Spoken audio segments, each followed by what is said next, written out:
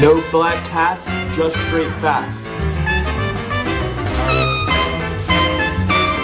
Triple P certified. Listen, we can talk about odds all day. It doesn't matter what the odds are. It matters what's gonna happen.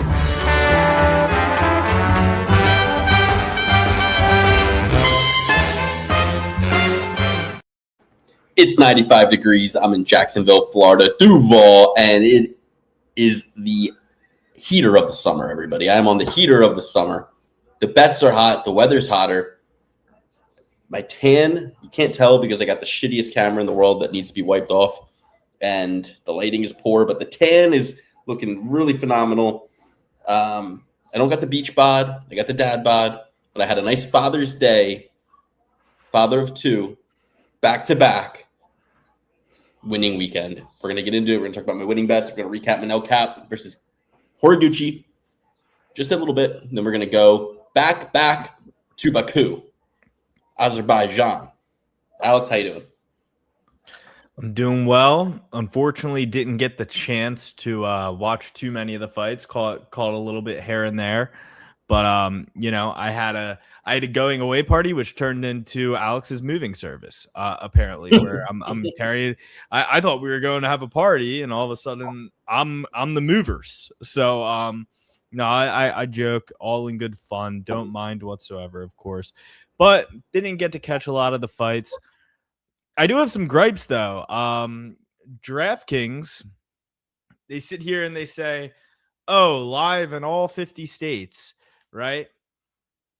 Meanwhile, they're not live in all 50 states. It's, a Kalshi type situation where I have to sit here and take little trades, not bets. And let me tell you, I had 5 fights on a parlay. Payout was $333 for 10, right? As like the projected payout if all of the fights won. I add somebody on to the parlay, and it takes it from 10 to pay 333 to 10 to pay 109. I don't know what kind of gambit they're trying to run, what type of racket they're trying to do over here. But in what world ever does adding a leg to a parlay decrease the payout and decrease the payout so substantially? This trading bullshit is just that, bullshit. And all of my friends and family out there in states that you can't just bet on at the palm of your hand, I'm sorry. That's a horrible existence. And if I ever have to make another trade in my life, I'll go nuts because it was ridiculous. It sucked. Oh, it sucks so bad. First of all, it makes it into player versus player as opposed to us against the sports books. It takes away all camaraderie out of it. It's really for white collar criminal nerds. I had the same experience. So I was driving from Maryland to Florida. Now, I know once I get to Florida, I can use Hard Rock Bet. It's the only sports book you can use on the mobile phone in Florida. Now, I used to think it was kind of a chintzy. Like, I came to Florida, what was it, 4 years ago? 2 years ago? 2 years ago. Yeah, it says I made my Hard Rock Sports account in October of 2024 when I got married. So I was down in Florida for my wedding, and I was at the bar at my venue for my wedding, and I said something about, it sucks. You can't bet down here. DraftKings doesn't work. FanDuel doesn't work. The guy goes, you can bet down here. Hard Rock Bet, bro. Hard Rock Bet. And I'm like, what? Download Hard Rock Bet. Now, back then in 2024, it was a little bit, it wasn't what it is now. I'll say that. It wasn't what it is now. You could make the bets. It just felt a little bit like cartoony. It felt a little bit less professional, less, but you could still bet. It was good, Now, it's better. I will say this. It is better than DraftKings. It is better than FanDuel. Ask me why. Why? It's better than DraftKings and FanDuel because what can you not do on FanDuel and DraftKings? You can't do live prop bets during the fights. Hard Rock Bet, you can. Mm-hmm. So we'll just get started with my winning weekend. Well, let me tell you this. I just found out I might be moving to a state where I can only do it on premises of tribal ground over here, okay? I'm not allowed to bet. And they're like, whether you pay you. And they're like, hey, if you want to do it on a mobile app, that's fine. You just have to be on the tribal ground, which is fucking ridiculous. Hey, guys, stop playing pick up sticks and instead make a fucking mobile app and let everybody bet wherever the fuck they want. Well, when I was driving from Maryland down to Florida, I'm passing through, the Carolinas. I'm passing through different states, and I see that DraftKings says live in all 50 states. It was making me since I was in a moving car, it was trying to have me verify that it was actually me trying to log in. So I was like, fuck it, I'll just use my Polymarket account. It's a brand new account.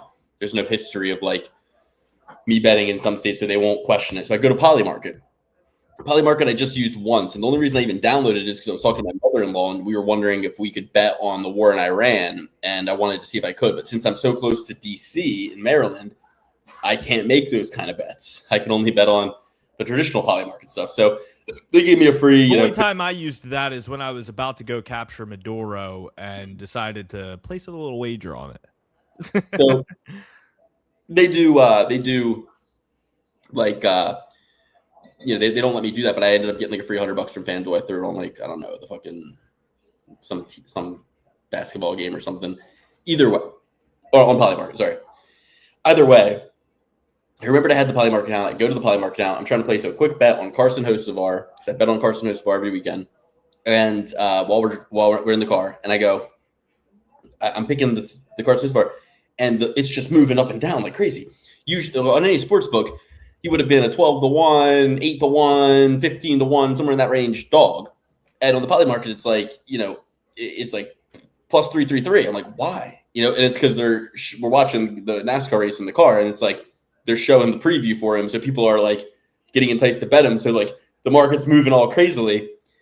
I end up putting a bet in that's ridiculously bad. It was him, I had to dollar cost average. It was I got him at plus 333. I got him at plus 1,000. I got him at minus 250. I'm like, what is this? And it was just changing as I'm in real time. It was so ridiculous. It's player versus player. I don't like it. I think the people who use it are scumbags. I think the people who use it aren't real gamblers. But nonetheless, Luke, you have 5 outcomes on a slip, and on the DraftKings live trading, whatever the fuck it is, the DraftKings stock market, it still says plus 330 or plus whatever, you know what I mean?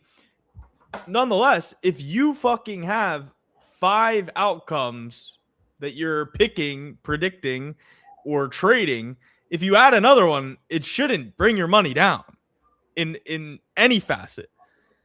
Bro, you're pretty much, if you move to Washington State, you're on a fucking island, dude, because you got Oregon beneath you with pretty much nothing but predictions, Idaho with nothing but predictions, Montana with nothing but predictions. But even to get across state lines, if you're on the western shore of Washington, you're gonna get to some tribal land, Luke. I'm not going to be crossing. Maybe Canada. Maybe you got to, but it's that's another you'd be on a fucking island. Now, some bigger UFC markets, I think it's kind of equal to it. I'm sure Pereira versus Gane was 50 cents shares, which would be just plus 100, right? The whole time, right? But yeah, that sucks, man. That's criteria for me moving to a state. It's criteria, and that I'm able to do that.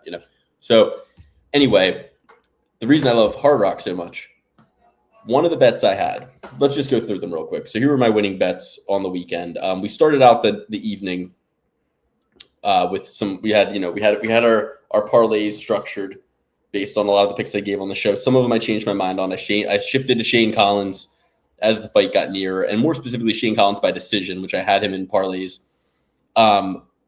The biggest kind of so I also did some solo bets.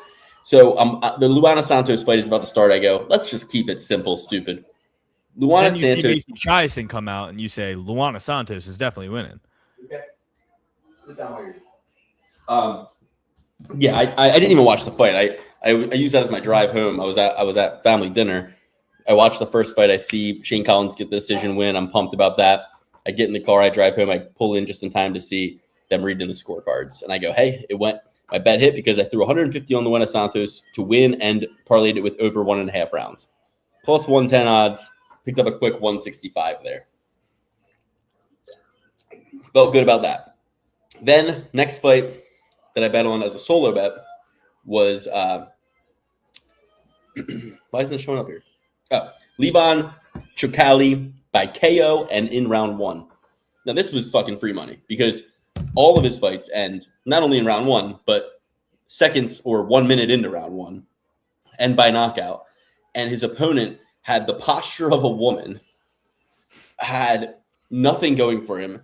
All his fights end in first round submission. So you know he ain't going to round 2.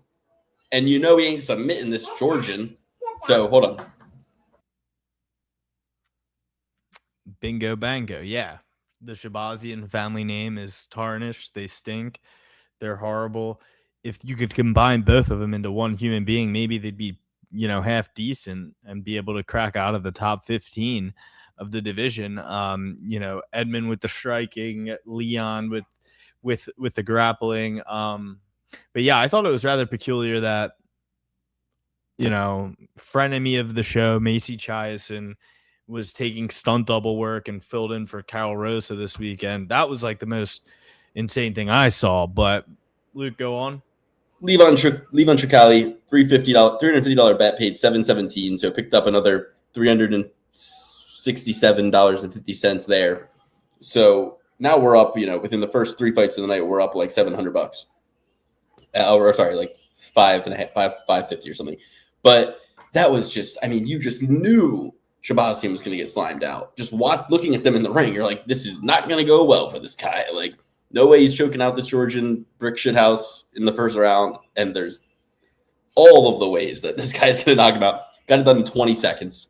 Walked over to him, kicked him in the leg so hard he almost quit from that. The first leg kick he threw a second leg kick, and then just started teeing off on him. It was over. Amazing. So I had him parlayed in a bunch of stuff too. Chukali round 1 knockout. But the next fight I hit on, I'm sitting there with these winnings, and I go, I like Kevin Buras. I didn't pick him on the show, but I like Kevin Buras. He missed weight. His back's against the wall. Fuck it. I threw $63.90 on Kevin Buras to win $367. So I won $300 there. Then I bet him live after round 1, which he won at plus 210, 50 to win 155. So we picked up a clean $410 on Kevin Buras. Did you lose anything on Michael as well? I did have Michael as well in a parlay. The parlay was, and he was one of 2 people to lose the parlay. It was a parlay that I did. It was Michael as well by decision. And I did kind of think it was a bit of a robbery, but whatever. We're not crying over spilled milk. And but that was the only bet I had on Michael as well. Him by decision at plus 115.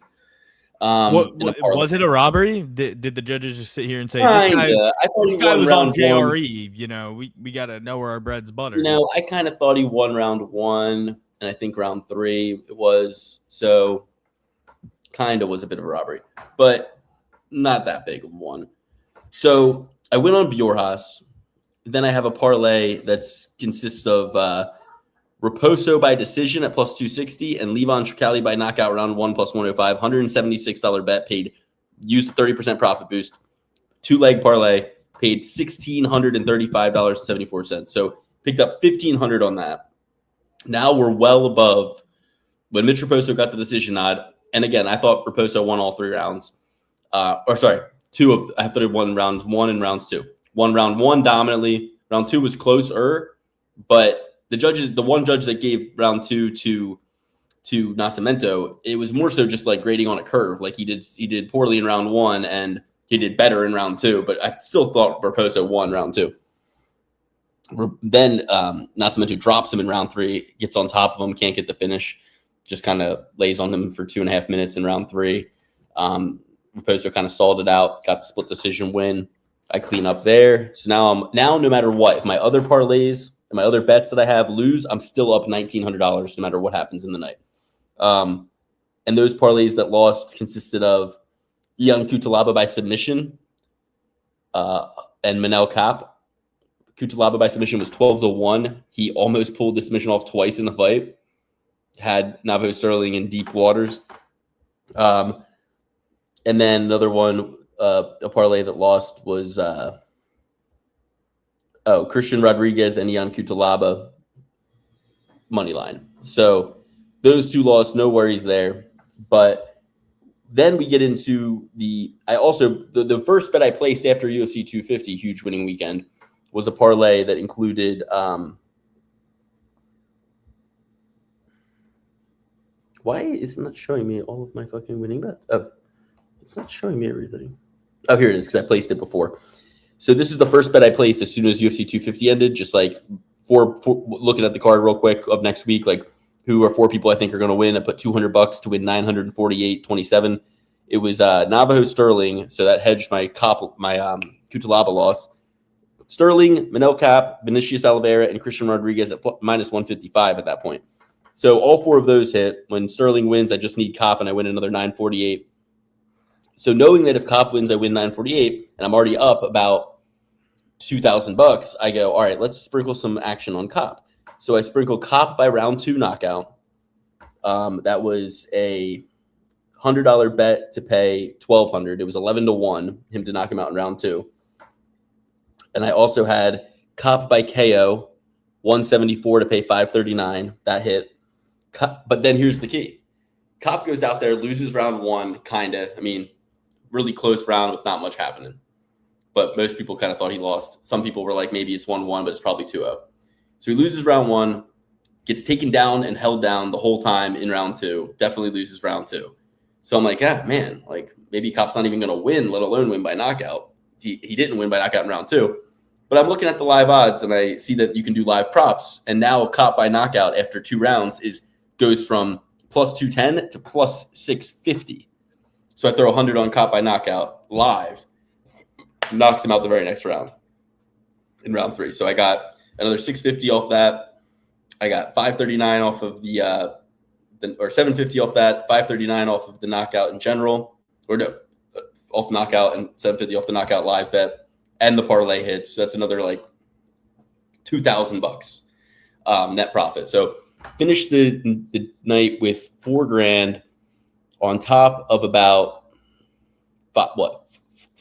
four and change on UFC 250. So in the last 10 days, across 2 UFC cards, I'm up like $8,000. If you count in some of the other like losses I had, the net profit is probably around like 6 point something. But overall, I won all the money back that I bet on those fights, which still a win. And then you get about $6,500 in net profit over 10 days. More than paid for my month-long trip down here to Jacksonville Beach. More than paid for all the souvenirs I bought at Disney World, and more than paid for incidentals, cookies, high noons, different things, gas in my car, things I needed. So this whole month covered in 2 weekends, 2 nights, watching UFC fights. Beautiful thing. And really playing it conservative this weekend in Azerbaijan, not going to try to give it all back. Really, I know how this works. You have hot streaks and you have cold streaks. So I have presently $400 out on 2 2-leg parlays for next weekend. I don't really intend on betting too heavily this weekend. We'll see after we break down this card. I'm leaving a little bit of room to throw another $100 to $200 on this card, but not taking a bath on this one, not giving it all back. I'm going to have a parlay for July 11th that I already placed, a 3-legger. So we'll get into that too. But overall, pretty fun card, pretty decent card to watch. As far as my picks that I gave on the show, we hit with Levon Tricali, we hit with Luana Santos, we hit with Mitch Raposo, we hit with Vinicius Oliveira, Magomedov, Christian Rodriguez, and Manel Cop. I gave you guys Ian Cutelaba, that lost. I gave you guys Andre Lima, but like I said, I kind of changed my mind and bet on Buras, and I told you that was a no bet, and I liked Buras. Melissa Mullins, that was never a real fucking thing. I'm telling you guys, dog or pass on every single woman moving forward. Michael Oswald Jr., kind of a robbery, and Tenzelayoff. I changed my mind and picked Shane Collins as the fight grew nearer. So I counted it. There were 12 fights. One of them, the Melissa Mullins versus Bia Mesquita fight, I didn't bet on at all. So that's 11 fights that I bet on. I won on 9 out of those 11 fighters, and I had them in bets. I won on 9 out of 11 fighters, a lot of them being props, and a lot of them even being like Tricali knockout round 1, Raposo by decision, like a lot of them being exactly how they're going to win. So great night, couldn't miss, had a blast, and that's that, and that's all, folks. Congrats. I mean, it's getting tiresome for me losing every weekend and seeing you riding high, but more so based on my own performance, not yours. It's tiresome for me too. I want you to win, and sometimes I just think you gotta keep it simple. You gotta refuse to lose. You gotta aim, ready, aim, fire. Don't and that's what we're gonna do this weekend. I mean, this is gonna be a fun card. It starts early. It's in Azerbaijan. I think main card's kicking off about noon. Prelim start at 9. Not the worst start time in the world. We're not getting 3 a.m. We're not in China. Not the worst time in the world. I can get up early with the kids, hit the beach, maybe miss, I don't know. What's the first fight of this card? It's, let's see. Yeah, I mean, Abdullayev versus Jefferson Nascimento. Then you got John Masamuda. Wouldn't want to miss that one. So gonna probably get up early, get some breakfast, hit the beach, get in the water, come back, watch some fights as they get going here. But yeah, it'll be a good day. Got to tucker the kids out early, get them down for a little midday nap, and then enjoy the Saturday. So let's get into it. What do you say? Let's get it. A lot of stuff we can probably talk about as we break down this card, such as all the scuttlebutt around the Alex Pereira. Since UFC 250, there's still been nothing but talk and a lot of talk around. Alex Pereira. We have an off week next week, and then it's Conor McGregor versus Max Holloway. Hard Rock solid for Florida, but you don't get as good of odds as offshore books. But I got a friend who lives in Florida, and he uses those offshore books, and they're slow to pay, and sometimes they don't pay at all. From what I'm seeing, and so I don't do offshore. I don't do any of that. I buy the pay-per-views back when it was pay-per-view era, and I bet on regulated apps and stuff like that. I don't use. I'll sooner, it's like, why not just use a bookie? We'll see wagers. You know what I mean? It's like you're gonna trust these offshore books, digital piracy. Plus, you're giving them your information, giving them your bank account information. I don't know about all that. Okay, so yeah, I mean, McGregor had an interview with Ariel Helwani. It was great. Pereira's had an interview with Ariel Helwani. I fell asleep 5 times listening to it on my way back from Disney World, and then that night, because when he starts talking Portuguese, I just it's like ASMR for me, and it's just so relaxing, and I just start drifting off. So I still haven't gotten through the full interview, but it is what it is. First fight. But he's got solid points. Fucking Herb Dean did himself no justice putting that video out. He'd be better off just letting the clip stands where it is, saying, hey, I was in the moment. You can't catch everything. It wasn't too flagrant. And those aren't the shots that necessarily ended the fight. That would be better. But these guys, Herb Dean, Big John McCarthy, they can never admit when they're wrong ever. Big John McCarthy has biggest dirty cop energy I've ever seen in my life. And I can't stand him either. These guys acting like, they're a lot like Joe Rogan, where the sport just kind of passed them by. It's like, cool, John, you wrote the rules. You can call Herb Dean an idiot when you're talking about him having a clock on the ceiling for the 12 to 6 elbows. But then you're going to sit here and defend Herb when he was certainly wrong. And it's insane. These guys are all, and it's funny how Big John McCarthy, now that he's getting back into reffing, now he's not as critical of these guys who have kind of gotten a better standing in the Nevada Athletic State Commission that he needs to work for. So it's one of those things, guys. They're all, kissing and hugging. They're watching each other's back. It's just like, a police officer can get away with going 90 in a 45 and you get in trouble for going 60 in a 45. It's just one of those things. These guys are all looking out for each other. They're modern day politicians. They work for the government, and it makes me sick to my stomach. Herb Dean was wrong. Those were back of the head strikes. Those were down the mohawk. You can count at least 4 or 5 of them with the dog shit angles that you have to even analyze those. I would love a sky view of what was going on there, but It's bullshit. There's no accountability. It's the same thing with the judging. There's no accountability whatsoever for the commission. And then you have the commissioner of the commission, or the leader of the commission, the president of the commission, go on Ariel Helwani and just, spout a bunch of bullshit and stand up for Herb Dean. It's all crap. I didn't even have the heart to watch that. And like Luke said, I'm not watching somebody speak in Portuguese for 45 minutes. I would much rather just get the spark notes at the end. Let me know what he said. Let me know what happened.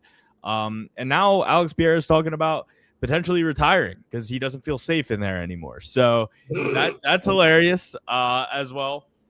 Crazy. I'm pumped for the McGregor fight, but there's so many problems in this sport, and a lot of them are never going to get solved with the way that it's going, because it's been going on for the last 20 years, ladies and gents. Like if you've paid attention to this sport for as long as I have, there's always been robberies. There's always been bad reffing decisions. I saw 6 bad reffing decisions in that night. Like, ref, get in there. Michael Chandler's an old man. Ref, get in there. Alex Pierre is going to die. Ref, get in there. Like, all of these fights where it's like, and you even go to the fucking main event where the ref is not listening to the doctor, saying that the fight's going to continue, not giving a fuck about anything but the spectacle.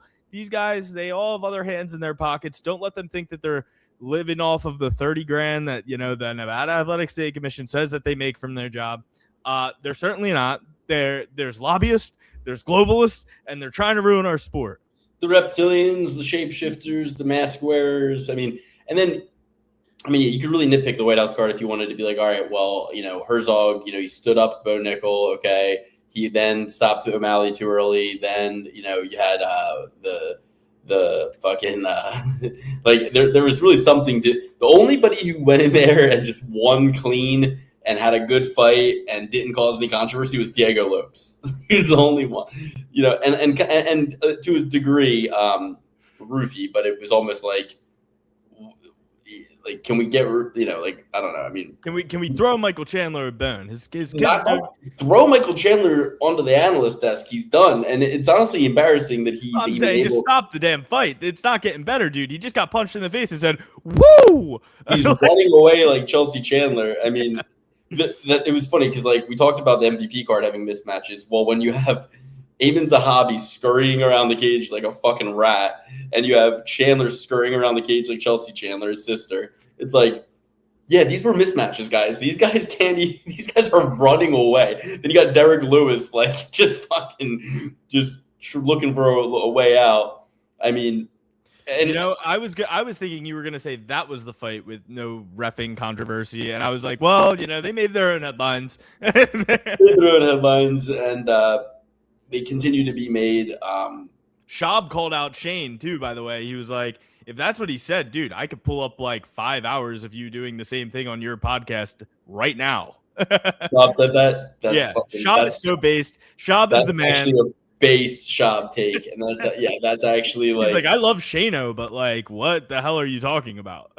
Yeah, Shane's got he really does have two faces where he's, on his secret podcast, he's one guy, and then he's the MMA guru on his podcast, and then who let one slip this weekend, and he's got his black suit, black tie, SNL version of himself. You know what I mean? He's gonna come out like Tom Segura and be like, "It was never really my goal to be a comedian. I wanted to be a Hollywood actor." Yeah, Hollywood Shane Gillis, Hollywood Shane Collins. Shane Gillis supposed to be a guest on the show in the past. If you base gods out there who've been watching for this long, remember when Shane Gillis was supposed to come on. I think it was for, what was it, Habib versus Gaethje. I believe that was the card that he was supposed to come on for. Yeah, and if you need further proof that we were in talks with Shane Gillis, look no further than this. It says follow back. Still follows me on Instagram. So we were in talks. We've talked. We've met in person. It's been. Luke used to be one of the top 200 assassins in the country. I used to be one the of world, the actually. Okay. There's probably less comedians than there are doctors. I was dishonorably discharged. After you saw who Luke followed in common, who follows Shane, Red Barry and Tails. I use Hard Rock for that reason. I've used Bovada before it became legal in Florida, and it's all crypto. Let me tell you this, Will. Gambling on a offshore sports book in crypto. Like, you're better off hiring a hitman with that crypto. Like, it's just. I mean, how about you just buy the crypto? That's enough of a gamble. And you'll probably make more long term. Just buy the crypto and don't bet it. Just buy it. Gruden talking about Bitcoin. No. It's like, I'll give you a bit of my coin. The fuck is this? A digital asset. Yeah, well, you're a digital asshole. Gambling with crypto is like buying gas station dick pills. It's like, now you're doing two sketchy things. You know what I mean? See, guys, I told you I was one of the 2000. I just threw that together. That's what you call a joke. You know what I mean? Like I'm able to. That's wordcraft. That's basically like Judy Brown level like structure right there. You know, that's Norm Macdonald level structure right there. Man, so I can't wait for the McGregor card. I hope McGregor just puts the fucking paws on Max and knocks him the fuck out. And if you guys don't believe, look no further than how many strikes Max Holloway has absorbed in his UFC career. It's like 2,600 strikes. Look up McGregor. It's about a little under 800 strikes. McGregor has been on for 5 years. His coconut is fresh. And Max, he's going to get the paw. What do you think Conor McGregor does to Justin Gaethje? Everybody said Justin Gaethje is the perfect comeback fight for Conor McGregor. He's punch drunk. He takes a little bit of a beating. He gets knocked out. Like, that's what everybody was saying. Not but, 3 years ago, 4 years ago, maybe even before he fought Dustin. They were like, Justin Gaethje's the perfect matchup for Conor. It'll get him right into title contention. He's the easiest fight that Conor could get in the division. Everybody used to say that, for the record. I need Arman Tsarukyan to either fight Ilya when he comes back, but it'll probably be too long. So in the meantime, let's give Arman Justin. I think Justin bulldozes Arman. I think he beats the fuck out of Arman Tsarukyan. Really? I think Justin beats the fucking dog shit out of Arman Tsarukyan. What's Arman going to do? Wrestle him? Like, what are you going to do, Nate? Volume punch me? Plus, Arman, it's like he got crucifixed by Charles Oliveira. Am I wrong? Like, am I remembering that incorrectly? Didn't Charles Oliveira get him in the crucifix? No. Charles Oliveira got him in like a guillotine, and Arman had to take his pants off to get out. It was like a split decision against Charles. Like, Arman doesn't. He's knocked out who? Benil Dariush. But that's like BSB knocked him out fast. You're saying that, but Charles Oliveira also knocked out Justin Gaethje. Who did Arman beat? Dan Hooker. He beat Dan Hooker. That's like, yeah. Dan Hooker is like a turtle in a tree. Dan Hooker's too busy cruising. Dan Hooker's too busy hanging out with 6'3" Kiwis to even worry about his next fight. He's wondering what Carlos Holberg's up to. Dude. All right, so let's just get into this week's fight card. 9 a.m. start time. Tahir Abdullayev versus Jefferson Nascimento. 21-3. Tahir Abdullayev out of Azerbaijan by way of Russia. Jefferson Nascimento from Brazil, undefeated, 13-0. Kicked somebody to death 3 weeks ago, coming off a 13-fight win streak, but has only fought 4 times in the last 3 years. You know, he's not the most active guy, but he's coming off. He's looking to get busy. Coming off an LFA fight 3 weeks ago. This fight is a 155-pound fight. Last time Tahir weighed in was at 169. He's coming off a win 7 months ago against Slavish Dadras, 3-1 in the GFC. We don't know Nascimento's age, but I'm going with Nascimento here. From parts unknown. Yeah, I'm going with Nascimento here. He's fought somebody 3 weeks ago. This guy hasn't fought in 7 months, and the guy he fought was 3-1. You're 21-3 and your last 3 fights were against a guy who's 2-0, a guy who's 7-9, and a guy who's 3-1. That's your last 3 fights over the last year. And I just have to ask why. And by the way, 3 submissions. You think this guy's going to submit Nascimento? He's going to submit Nascimento? I doubt it. I'm going with Nascimento. Not seeing any odds on Tapology. But give me Nascimento to piece him up on the feet. Tahir gets him down. It'll look a lot like Shane Collins versus homeboy from Georgia last weekend, where Tahir, I can see him maybe getting the fight to the ground, getting a leg, not doing much with it, but Nascimento getting busy, putting more damaging strikes on. Could be a robbery, but I'm going with Nascimento, possibly by knockout. Give me Jefferson Nascimento. Yeah, I'm going the same boat. This guy is a can crusher. Nascimento, I mean, I don't know too much about him, but it seems like he's at the very least fighting better competition, undefeated, has never lost, and he's been out there doing the damn thing. This guy Tahir, I mean, he looks like he's not making the weight.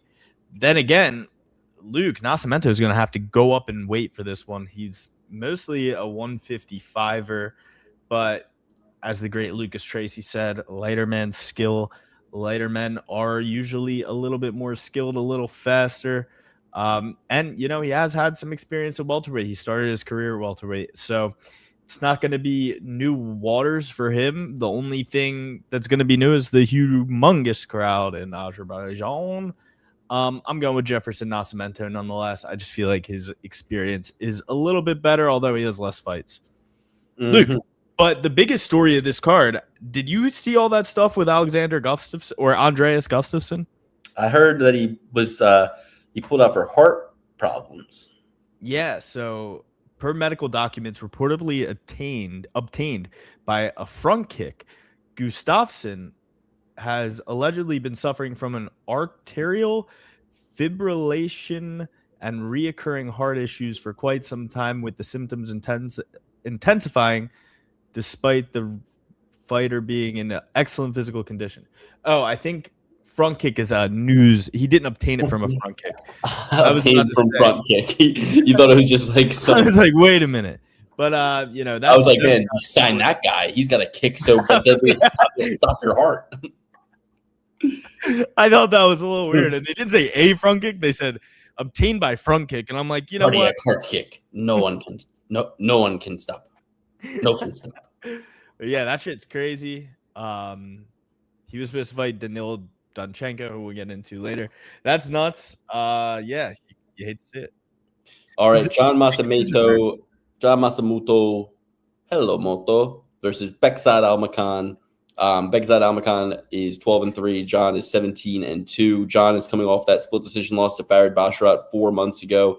Before that split decision win against Miles John. Before that split decision loss against Rob Font. And then a decision win against Brad Katona. So decisionator John Massamoto, split decision king on a 3-fight split streak, taking on the Turin Warrior who managed to knock out Brad Katona a year ago. Almost like right after Massamoto went to a decision with him.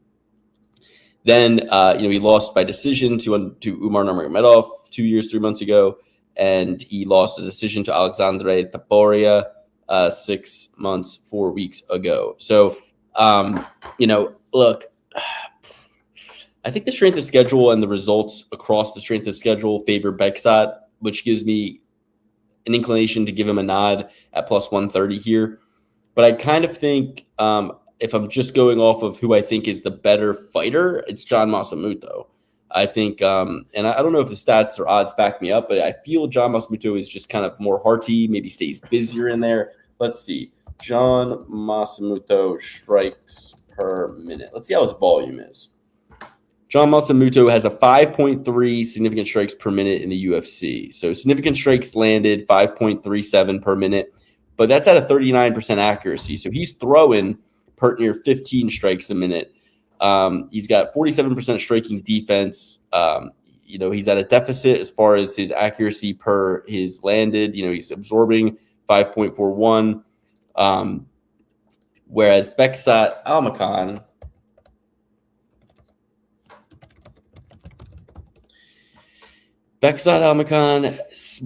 yeah, I knew in my head that John was just a busier fighter.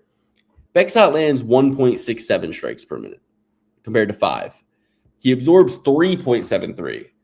So he's got 34% striking accuracy and 37% striking defense, whereas Masamuto is, at least just putting out and absorbing the same amount and putting out 5 times the volume. Give me Masamuto for that reason alone, because I kind of think this fight is going to just be conducted at distance striking. And I think that Masamuto just has a little bit more heartiness to his build, a little bit more cleanness to his game. And I think minus 150 is going to maybe even look like a bit of a steal. But you'll be tempted with the underdog odds on Almakhan, especially where they're fighting, in Azerbaijan. I agree. Fear the young veteran. He's got more fights in less time, way more active. I'm going with John Masamuto, and I actually think that John Masamuto, although he doesn't have Umar, great fighter, Topuria, we'll see. We'll see. We all knew he wasn't as good as Ilya, and after seeing Ilya's performance, how good is Ilya? I mean, I still think he's awesome, but Ilya is awesome. But his brother, not so much. There was clearly a hole in Beksat's grappling against Topuria. It was kind of a snuggle fest the whole entire time. But yeah, those are 2 good losses. But John Masamuto, I mean, as far as Tapology is concerned, he has the better strength of schedule. And he actually has wins over those guys. He also beat Brad Katona. He beat Miles Johns. He went to a split decision with Rob Font. I know you said all this, and went to a split decision with Farid Basharat. So I think that he's going to I think he's going to be a lot of work for Mr. Beksat Almakhan in this one. So give me G Masamuto. I feel like he wins this fight, probably by decision if it's anything like any of his other ones. Next, we got Daniil Donchenko versus Theodore Northbergen. I've been sitting on that for the past 3 fights. But I'm just waiting to say that. Theodore Northbergen is coming off a win 4 months ago against Abdulatif, just the tip, Samadov. He's on fire. Get this guy on Kill Tony. Are you ready for the greatest fucking night of your lives? Yeah. I mean, in what world are we letting Daniil Donchenko, who, by the way, beat Rodrigo Cezinado to get into the UFC off of the fucking Tough House 9 months ago, and then beats Alex Morono, who doesn't have any business anywhere near a cage at this point in his career. He beats him 12 losses on Alex Morono's record. Alex Morono getting slimed out by everybody. Alex Morono with no striking defense, holding his hand like he's riding a fucking motorcycle in there. And this guy, Daniil Donchenko, takes him 3 rounds 4 months ago. And now he's a minus 475 favorite. I don't give a fuck who he's fighting. He shouldn't be fighting minus 475 favorite. What was he against Moreno? If he's minus 475 against this 26-year-old who has a pulse, what the fuck were his odds against Moreno? I bet you it wasn't minus 475. I bet it was minus 950. All right, fair. That's what it should be.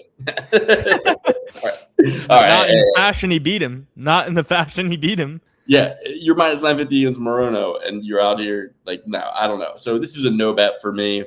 Like we said, he was supposed to be fighting. It was supposed to be a really good fight, and a fight where it would have been fun to break down in terms of Gustafsson, because Donchenko and Gustafsson kind of both are kind of giving, like they're giving hearty warrior throw, have fun in there, fight hard, like that would have been good. Yeah. I'm not taking this fight at all. I'll pick dog or pass Theodore Bergen to just come in there with a opportunity of a lifetime type shit. You know what I mean? A little too comfortable. Donchenko getting 2 wins in the UFC, already has that tough fighter contract, ain't going to get cut. This guy getting a shot, getting an opportunity. Hasn't fought nobody, but at least is going to be coming in all piss and vinegar, steam coming out of his ears, trying to make a point, make his mark in the UFC. So give me Berggren, but no bet. Dog or pass type of situation. I'm sorry, guys. I'm sorry for yawning. This is crazy. I just went to the beach a little bit ago. Little toasty. The beach will take it out of you. The beach giveth and it taketh away. I'm going with Donchenko here. What up? We'll see. What up, Justin? Thanks for joining the show. Blue, yellow flag on blue, yellow country flag crime. Come on. Can't we all just get along? I know, right? I mean, I thought Sweden was supposed to be neutral. Is that where he's from? Sweden? Is that what this is? Yep, Sweden. that's Swedish. And that's Switzerland, actually. That's neutral. But yeah, Sweden versus Switzerland. Bergen's got a cross on his at least, Might as well be a cross. Swedish versus Ukrainian. Yep. Ukraine is weak, Jerry. No, I think Donchenko will win, but it ain't, I'm not taking these odds. I'd sooner polymarket Bergen and then cash it out before the fight's over because I think that the fight will be closer than the line indicates, as the fight with Morono was, right? I mean, you can't be a minus 950 favorite against Alex Morono, take it all the way the distance, and then have me coming back for more, Yeah, I'm going with Donchenko. I agree with Luke, though. It's a no bad situation. If I were to put some money down, it wouldn't be on Donchenko, just because, he's such a big favorite and he hasn't really shown too much to impress. Sure, his first fight in the UFC with that other dude who hasn't fought since. Has time to make cameos on The Ultimate Fighter, but not enough time to fight, apparently. And also, another thing about The Ultimate Fighter, they had a guy from Washington on DC's team, right? Trains at Michael Chiesa's gym. Now, just because Michael Chiesa is on the desk and they're all buddy-buddy, he gets to come in there and corner his fighter during The Ultimate Fighter. That's kind of fucking bullshit, if you ask me. That's not fair at all. That's absolute bullshit. Horse hockey. I mean, you have Chael versus DC, then you have DC versus Bisping. It's like, what are we doing here? Like, make it fucking Moicano versus fucking anybody. Yeah, but Patty's kind of past it too at this point. But it's like, guys, like, are we really just like using this as a jobs program for guys who already have jobs? Like, just because DC and Bisping already are in Vegas to do the commentary on the fights that are at the Apex, they get to just like double dip. You know what I mean? Like, make Lorosenko a coach. Like, what the fuck? Who gives a shit at this point, right? It's like, I don't get it. I think it's ridiculous. At least get like Dustin Poirier to do it, who, by the way, I saw got arrested allegedly. Really? For what? I don't know if it's real. I saw a drunk in public arrest report. 39-year-old man, by the way. Grown-ass 39-year-old man, by the way. Like, yo, they can't catch me drunk in public when I'm 21 or 18. Dustin Poirier's getting fucking clipped up at 39. Like, come on now, allegedly. Ridiculous. That's so ridiculous. Like, you got a kid, dude. Like, get real, dude. I'll walk down the street with a high noon right now. They ain't gonna get me for drunk in public. You know what I mean? I'll talk my way. I'll be like, oh, where I'm from, you can just walk down the street with an open container. I thought Jacksonville Beach was cool. You don't think he said that, being from Louisiana? True. And they should have go for that. You know what I mean? It should have been a when in Rome kind of situation where it's like he's from Louisiana. He should have been like, oh man, wait, what? I'm from Louisiana. We can't just walk around with open. Was it in Louisiana? Let's see. Hold up. Dustin, because if you're getting drunk in public in Louisiana, that's former UFC star Dustin Poirier arrested for public drunkenness. Atlanta. Shit. Hotlanta? Was it ITP or OTP?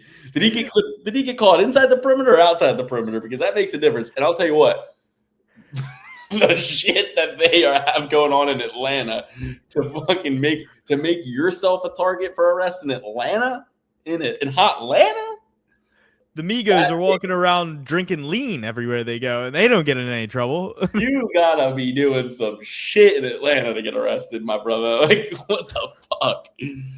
He said, love you all. I'm working on myself. Yeah, I mean, he has to be because last time I saw he was Oh, and then it sober. says Ben Askren shed some light on the incident, however, indicating Poirier was arrested for drinking too much at an airport. Askren shared a video of Poirier lightly play wrestling with another man at a bar.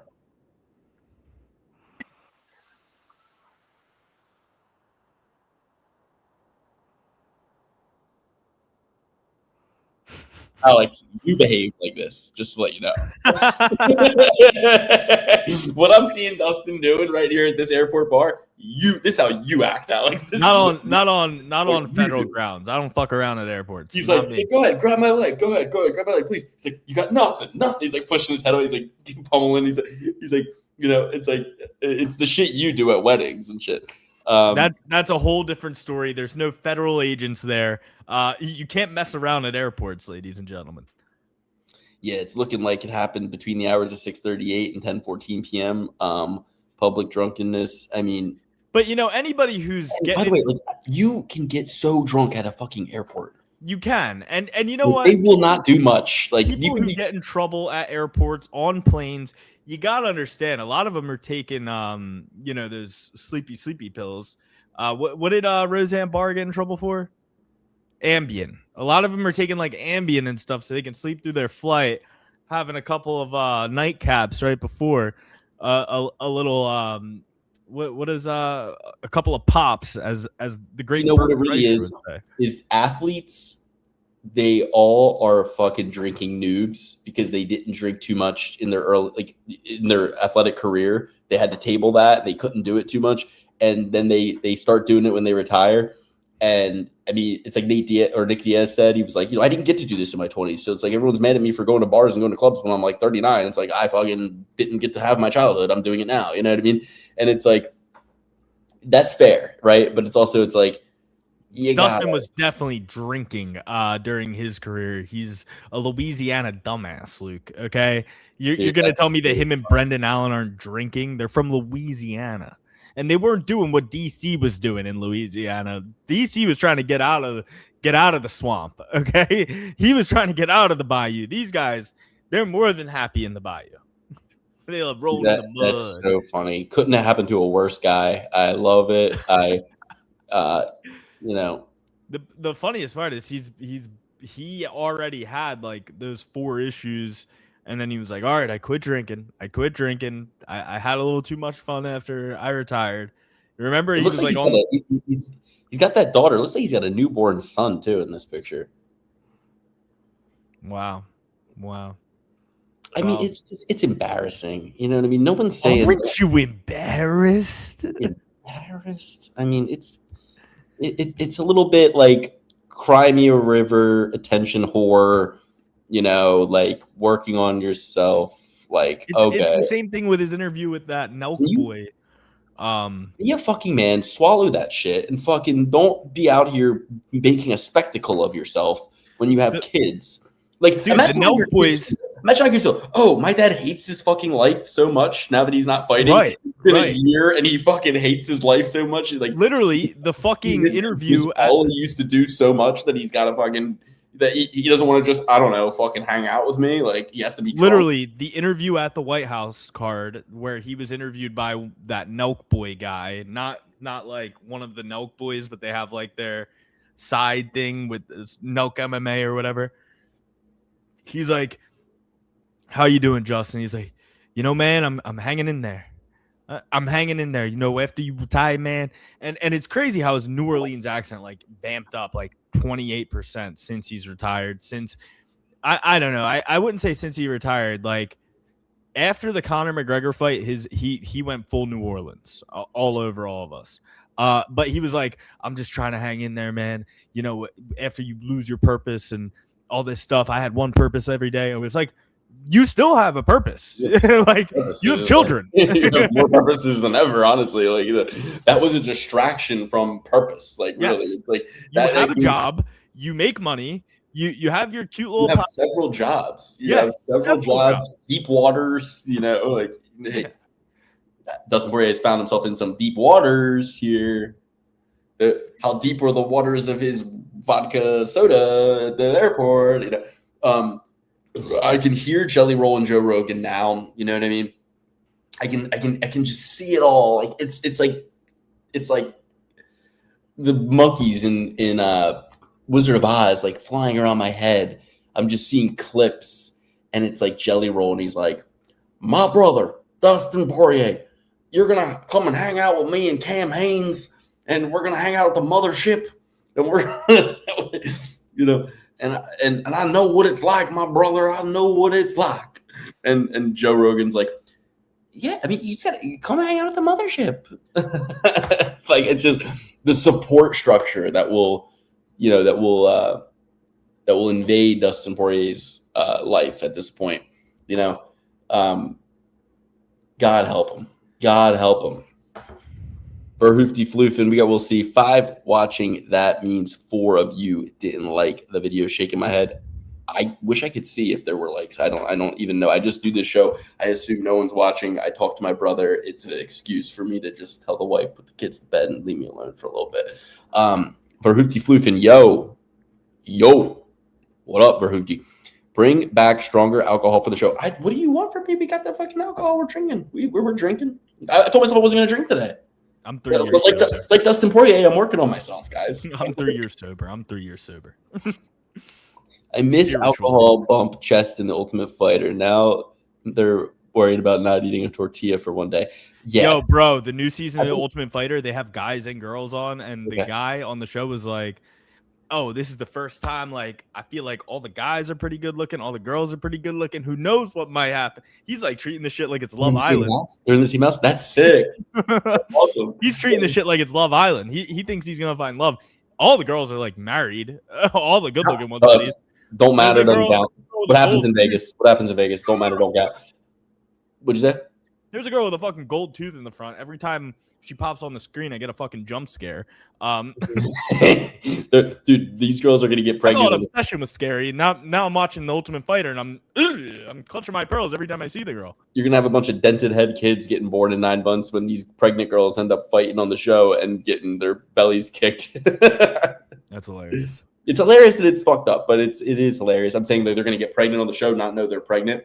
They're gonna get into that octagon. They're gonna get kicked in the belly. The baby's gonna be in there like, "Oh, what the fuck?"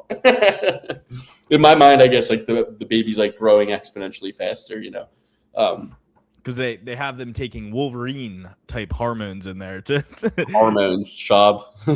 All Dustin commercials make him seem like he's got CT. I know. He's like, he does. I look like I'm on steroids. I see it on my Instagram. I'm like, man, this is how I know. Like, they're like, always like, the algorithm knows you. I'm like, then they should know I fucking hate this guy. So they shouldn't be thinking that to show me these ads, That means he drunk and banged a girl that was not his wife. Who? And even fly the plane after. Except for John Jones. Who? You guys gotta put more context. You can't just live comment. He was saying about athletes who weren't drinking. Yeah. But I'm just saying, like, sometimes like I don't get to the comments. Listen, I understand all the context. I can translate for you, Lukey. Okay. DC, that ghetto hillbilly. Conor McGregor quote. Cry me a river. Justin Timberlake can't even hold another girl's hand at a party without shit and think it was New Orleans too. I know. I thought this was America. Oh, excuse me. I thought this was America. That's Dustin at the airport. Yep. That sounded more like Obama. Who? Which one was that? Oh, Jelly Roll? No, my Jelly Roll doesn't sound like Obama. This is my Jelly Roll. Brother. And I told Dustin Poirier. This is Jelly Roll. Now he's on stage at one of his concerts. You guys, I'm going to bring someone out on this here stage. And he's a brother of mine. He needs help, and then he comes right into somebody help me. You gotta give him all the love in your heart because he's going through it right now. And sometimes we all lose a little bit of our purpose. But I want you to let him know that we still love him. Ladies and gentlemen, the Dustin the Diamond Poirier. Sounded like come on, I'm trying my best here. What's up, boys? Yo, Boras came through. You said it, Andrew. You fucking said it, and I don't know if you saw the beginning of the show. I did too. I don't know if you saw the beginning of the show, but I won a massive amount of money on this fight card. I won $4,000. I had lots of parlays. I got up pretty early with my winnings. I got up, like ahead of my bankroll early. It and I threw some sprinkles, and I sprinkled a total of like $110 on Bjorhaus, won like a cool 400 on him. And Alex, I forgot to say this: Bjorhaus gets blasted in the nuts and is down for all 5 minutes, retching in pain. You think this fight ain't continuing? Those bets are a push, right? And I'm like kicking myself because I'm like, the Bjorhaus bets that I put in, like the $67 bet was like cash out for $250, and the $50. What are you doing putting in $67 bets? Well, sometimes I'll look at. What are you? My wife asked the same question. She's like, why 67? I'm like, what a random number. And we're like, it was like 64, or like 100, 174. You think you zoom? No, it'll be like $174.10. And it's because I see my balance in my account, and I just try to make it a nice clean number. So I'm like, all right, I got $3,674, so I'm gonna bet $174, like to make it $3,500 even, and then they just make it just easier. I like to keep the math. Don't go Italian brain rot on me now. Yeah, no, I won't. But I did go to a park with my daughter in Jacksonville, and there was graffiti like with markers on some of the park things, and somebody put 6-7. I was like, this is funny. Back in my day, it was 69. That you'd graffiti, right? Or 666. What's up, boys? Bjorhaus came through. I got screwed on Sinslovi. I thought he got screwed. He didn't get screwed. He fought like a bitch, Andrew Kavanaugh. He fought like a pussy. First of all, he took the guy down sometimes. While he's sitting there crotch sniffing Shane Hollywood Collins, he's getting hit with fucking elbows. He's getting submission attempts. He's getting all sorts of fucking. Then Shane gets up and pieces him up on the feet. He's backing up the whole time. He's sitting here like this the whole time. He fought like a bitch. He lost every round. He sits there looking. And then when the third round ended, what did he do? Slumped down in the corner. What did Shane Collins do? Put his fucking hands up. And even Tenzolovi's quarters like, what are you doing? Get up. Like, you fucking like, but before round 3 started, they like had to beckon him to get off of his stool and like get to the fight. And his corner men are still in the octagon. Like, go guys, get out. And they're trying to give him water. Like, and fucking Shrek, the ref is like, no, stop giving him water. Like, it's like, dude, if you guys are so religiously devout and so dedicated to hard work and training, and you don't gamble and you don't drink and you don't womanize and you don't do drugs, and all you do is work hard and train, have cardio. Is that too much to ask? Have cardio, have a semblance of self-fucking pride and discipline, and go in there. And by the way, my newest rule, and I said this to my wife watching it, I go, no more water. How about that? No more fucking water. You don't need fucking water. It's 15 minutes. You don't need water. You hydrate before the fight. Michael Bisping said that on The Ultimate Fighter. Somebody went to go take a drink of water while they were like starting practice. He said, you had all that time to drink water. You ain't drinking water now. Get the fuck up and run. No water. And no, I'm saying during the fights, no water on the stool. And honestly, I'm kind of even sick of the corners and the stools. Just let the fight play out over 15 minutes. Grade it as a whole. You know what I mean? We don't need 3 rounds or like be like, all right, 5 minutes are up. Judges, render your scorecards. All right, now fight. No more stool work. No more. The only guy to ever listen on the stool was GSP when he humped the dude in the head when he tore his groin because John Winklejohn told it, or Greg Jackson told him to hump him. And every time he sits on the stool, their quarterman's like, all right. So when he's doing this, you need to do this and do this and this, and then all they're thinking and all they're saying is, yeah, give me the water. Give me the fucking water. It's like no more water. How about that? Mike Perry, based. I don't need.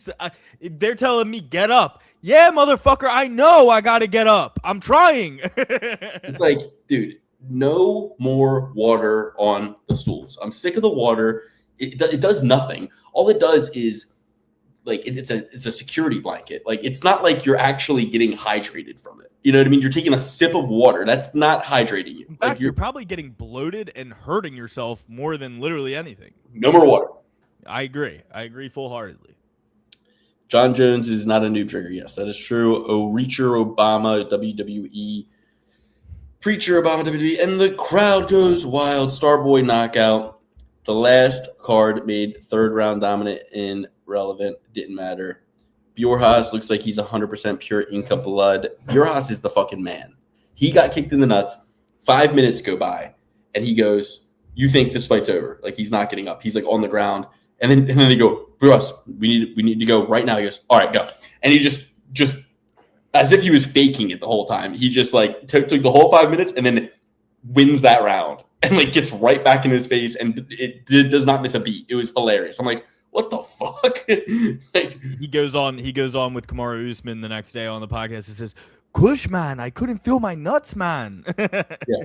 Or maybe throw a tiny sip of nicotine for 1 minute octagon during the fight. If you're able to grab the water and take a sip, yeah, well, that's good too. Throw a gun in there too after a certain point. Like have a fucking hamster thing at the top of the middle steel cage match. You got to a ladder. He's going for his opponent's down and he's going for the water. No, John, this is a 5-round fight. That's actually going to pay dividends later. Very impressive. I'm very impressed with Torres too. I thought he won all 3 fucking rounds, and Lima was sitting there looking surprised at the decision. It was hilarious. Like, just like Tinslovi, it's like, you lost. You got your fucking ass beat, dude. Like, I saw a way that they could score it for Tinslovi myself. So I'm I don't see it. I don't see it at all. Like I said, piss poor body language, piss poor damage, piss poor. See, I missed all that in between. We're talking 0 submission attempts versus like 5. We're talking the strike differential. I mean, like, Shane Collins was actually fighting. These Georgians, these Caucasus region guys with their beards, they come in there and they think it's a wrestling match, and they think it's fucking, they don't care about you, the fan. They don't want to make it entertaining for you. They don't want you to have a good time. They want to just go in there and do bullshit. And it's not a fight when they are in there, and it's bullshit. And I love Ian Gary today on Errol Hawani's show. It aired today, and it was awesome. Ian Gary goes, they say, like, Islam Makhachev said he's not a very exciting fighter. He goes, coming from the guy who, he's like, I don't want to talk bad about the guy, but did he not sit in half guard for 5 rounds against the champ to win the belt? Like, what the fuck are we talking about here? You know what I mean? He's like, yeah, I'm a boring fighter. All right, okay. Like, he sat in half guard against Jack Della Maddalena. You saw what Carlos Pratas did to him. Like, get real. I'm Ian Gary. Ian, all is forgiven. Layla, I humbly apologize. I love both of you now. I need you to fucking kick this guy's head off, all right? I want Ian to win. I'm betting on Ian. I don't give a fuck. I'm Ian. I'm McGregor. The Irish are back, and we're going to take over. I love it. Oh, Lima is good, too. He just didn't do fucking anything in the fight. Exactly. And then he was Lima, surprised. I'm not ready to say that he's good. His best moment is getting bit on the fucking arm. Like, Yeah. I mean, he's undefeated, but he's not good. Like, he's all right. Yeah. Yeah. And he was losing that fight where he got bit, by the way. People forget, man. Oh, yeah. People forget, man. Because everyone was they were like, he was kind of winning the fight. Why did he do that? Yep. Genghis Khan Awfully versus Javier Blair Reyes. Javier Blair White. Javier Blair. What's Blair from Gossip Girl? Yeah. That's Blair White. Leighton Vandermeesh, who plays her. But Actually, Blair what? featured on a song by Cobra Starship, "Good Girls Go Bad." Luke. Because Blair Waldorf, I just exposed myself going to Blair White first. I'm so like, yikes. I don't know who that is. I don't know who that is. Blair White, I don't even know that. I meant Betty White. Betty White. Fuck. I'm going with Javier Reyes. I just like her because she's conservative. She's a very traditional girl. Traditional American values, Blair White. I really love her conservative ideals, and that alone. She's I know who that is. I don't really. Is it Jim Norton's wife? No, he wishes. I'm going with Javier Reyes here. I'm so low on Khan Awfully. I think Khan Awfully stinks. I don't really like. And I got news for you. That means you're gay. He's this guy. He's this Australian Turkish guy, and that's a Turkish flag, right? Yep. He's Australian Turkish. All he knows how to do is wrestle. He stinks. He can't really do much else. I think Javier Reyes is a fucking beast. I think he's a savage. I think he goes in there and makes a mess of Khan Awfully. I will say I was very impressed with the submission win against Ricardo Ramos to a certain degree, I'll say. But yeah, I agree with you. Javier Blair Reyes, I think he's just a bit of a smashing machine, and I think Khan Awfully kind of leaves himself out there, like the Marian Santos fight, a little bit too much. Majority decision win against Yiza. Not very impressive. And Ricardo Ramos, he's been beat 7 times. I'm pretty sure he got submitted by Juicy J, who looked like a 6 different kinds of victim in his last fight. So it's like, yeah, give me Javier Reyes as well. Sure, you can continue with your breakdown. I didn't mean to just cut in like that. I did mean it, but I'm embarrassed I did it. That's what I should say. Javier Reyes is a savage. That's pretty much all I had there. I think he wins. Cool. Nursultan Black Rosaboev as opposed to the White Rosaboev. This guy is coming in off of a win against Dustin Stolfitz, a knockout of Eric Mecanico. He lost to Joaquin Buckley by decision. He knocked out Satoricus Dumas. He knocked out Bruno Ferreira. Pulayev lost a decision to Gaultier, but looked damn good doing it. Before that, he knocked out Nick Klein. Kind of lost round 1 against Nick Klein, though. I'll say that. Lost to CLD and won his way onto the UFC roster with the Contender Series win against Liam Anderson almost 2 years ago. Rosaboev, his only loss was that Joaquin Buckley loss. Got fucked up by Buckley, who has that loss hasn't aged well. It could have aged well, but it hasn't aged well. We kind of thought Buckley was on a path. He's kind of been deterred from that path twice with the same exact, way of losing. Like loses to Usman, loses to Brady, both just by getting taken down and wrestle fucked. And it's like, Rosaboev, you couldn't do that to Buckley? You know what I mean? Like, what's going on here? He's not one of them wrestling Uzbekistanis. He's out of Marquez Mixed Martial Arts, a rival gym of us. We are rivals with them a little bit. But, I'm going to go with Rosaboev here, I believe. But, again, like, if the dog on Pulayev was a little bit more, I'd be leaning because I like how he performed against Gaultier. Took it all the way to a decision. I think he won a round in there too. Like, I think he kind of won a round. Like, he did really well against Pulayev. But I just think, I don't know. I'm kind of I'm going with Pulayev. I know we always say, like, don't take a guy because he had a good loss, but he did super well in that. I think he even came in on short notice, if I'm not mistaken, too. Mm-hmm. He didn't. I like the 4 years of youth. I like that he's got the reach. I thought he won that fight against Gutayev. Yeah. Gutayer. Yeah, I mean, it's like, where does Rosaboev have success in this? Because I think if Pulayev didn't get knocked out by Atiba Gauthier, he's not getting knocked out by Rosaboev. You know what I mean? And he kind of proved that he's got very competent striking and, like, the ability to box in there. So I'll take a dog shot on Pulayev before I go minus 225 on Rosaboev. I mean, Rosaboev, I don't see him as a parlay pillar in here. I think this is going to be a very competitive fight. I'll take a little bit of a dog shot on Pulayev too. Just seeing that you're interested in it, I respect your opinion, and I think you're due. You're due for a big weekend. So I gotta be due for a big weekend here. And next up, we got Abdulrahman Yakiev versus Julius the Juice Box Walker. Guys, I mean, call me crazy here. Call me crazy. Wait, the Hunter, isn't that the guy who he trains with somebody we like, right? The Hunter. That sounds. I feel like he fights with the Chimaev. Is he not? Am I tripping? I think he's just. I don't know. No, I don't know. He's really, I think, good though. Like, yeah, I think that.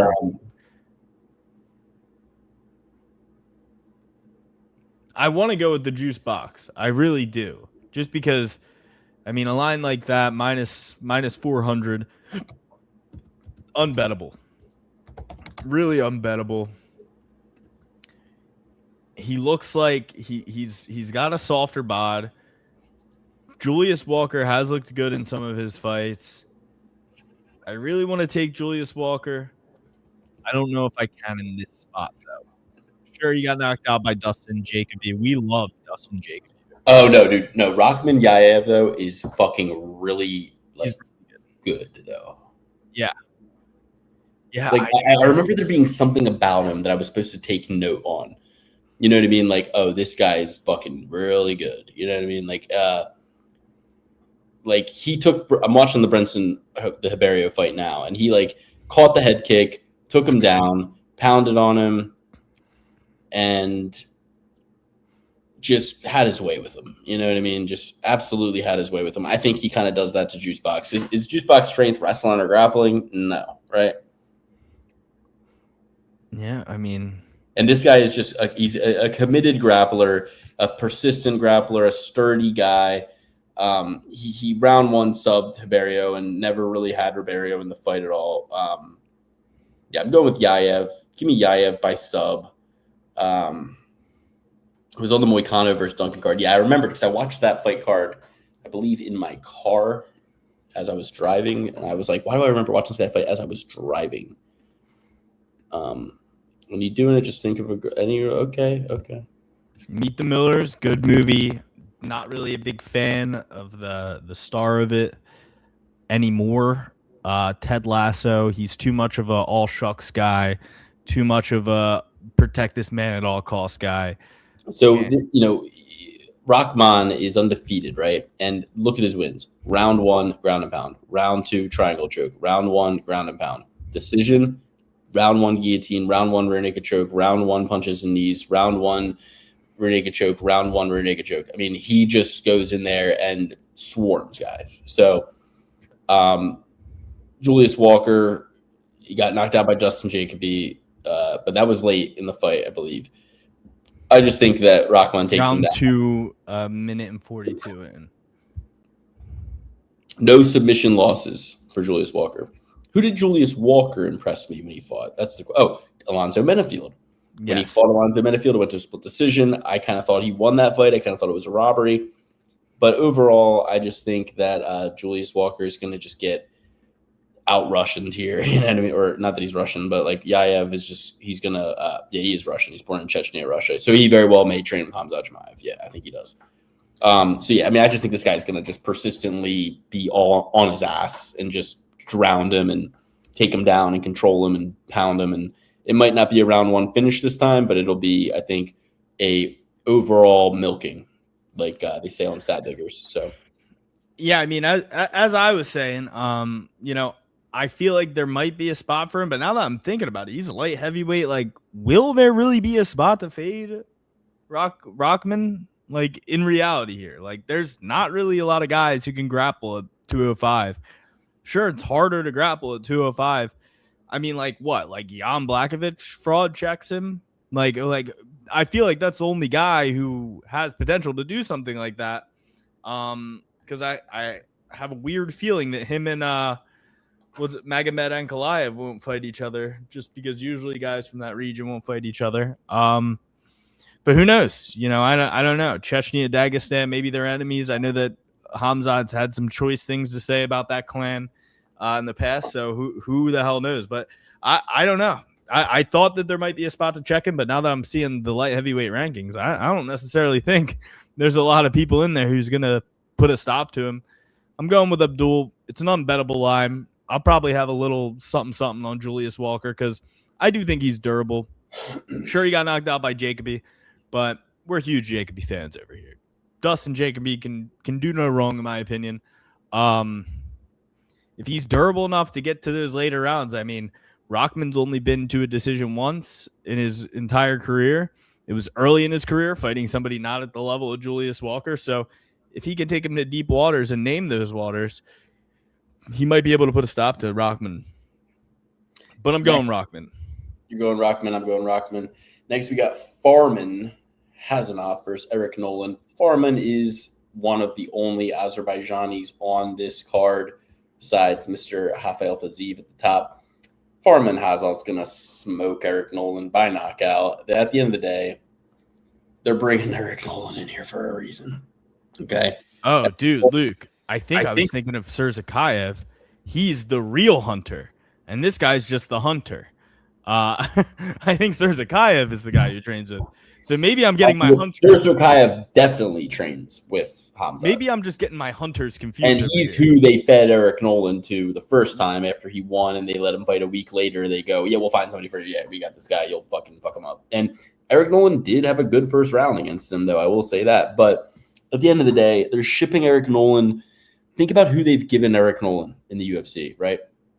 They've given him Surzakayev, and now they're sending him to Baku to lose to an Azerbaijani. And this Azerbaijani is only 5-0 and has never, really been tested and got knocked out in the amateurs in round 2 by a head kick. He's never fought anybody all that good and hasn't fought recently. You know what I mean? Like fought 7-8 months ago. So it sickens me to really even take this pick, but I just gotta think that I gotta think with my brain here, and I gotta say like, yeah, they're not sending Eric Nolan out of Edison. And Eric Nolan too out of Jersey. This isn't Ali Abdul Al Sawadi that they're just throwing on the card because he's the hometown guy. Okay. Yeah, like who does he? This guy trains an American top team. Yeah. You know what I mean? They wouldn't let him in American top team if he wasn't good. And meanwhile, Eric Nolan hasn't gotten the fuck out of Freehold, New Jersey. You know, he's training with fucking. But he did have some success. I mean, look at his Tapology picture. It's him rocking Surzakayev. I know. Is it? Yeah, click in on him. I know that he looks a little wimpy in his small frame picture, but you go onto his nighttime Eric Nolan page. Yeah, but you know how jab. It's just like snowboarding. You can take a still from any time you're falling, and it looks like you're doing a cool trick. No, he won round 1 against Surzakayev for sure. Yeah, he had a good first round. The thing is, you know, Surzakayev, Hamza Chimaev, like kind of like an Ilya Taporia thing going on with those guys. Like he had just won on the Contender Series to fight on the card with Hamza, and he ends up like thinking he's a god. You know what I mean? So he finds himself in a fight harder than he thought it was going to be at first, but he still won, right? Like he still finished him in round 2. So it's like he just kind of got a little caught off guard, I think. And look, I'd love to pick Eric Nolan here.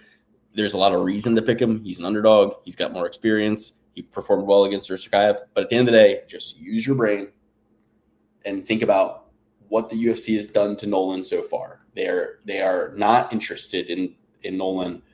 Hazanov trains at America. If Hazanov was just in Azerbaijan, living in Azerbaijan, training in some random ass gym, then maybe you take a shot on Nolan. If Nolan's plus 400 underdog again, then maybe you take a shot on Nolan. But it feels like you're getting a deal on a guy that they want to set up to win and know they can set him up against Nolan. So I'm going with Hazanov here. He's sitting there with Mikey Brown as what's her face calls Mikey Brown. Who did Mikey Brown just have lose? Horiguchi, yeah. And that was I love seeing American top team guys lose, to be honest with you. I kind of do love seeing it. Pull up those last few comments for Hoofty. Had some hitters right there. Okay, every time I hear that name, I hear the Pride FC announcer lady screaming, "Bangzer Surzakayev!" She's crazy.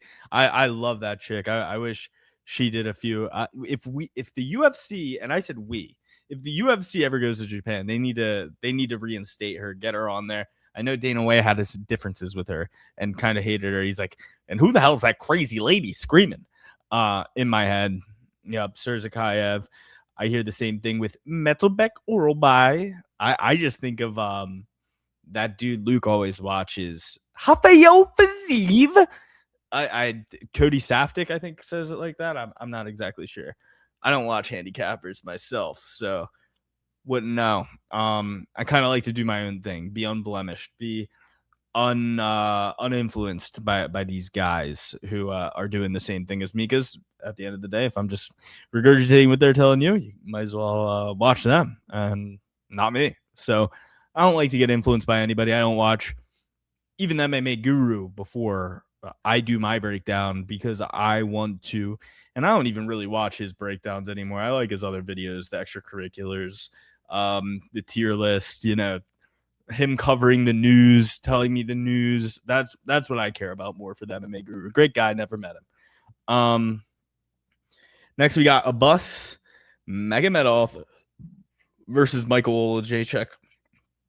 You guys know me. I love Lord Michael. I'm going with Michael Olajaychuk in this one.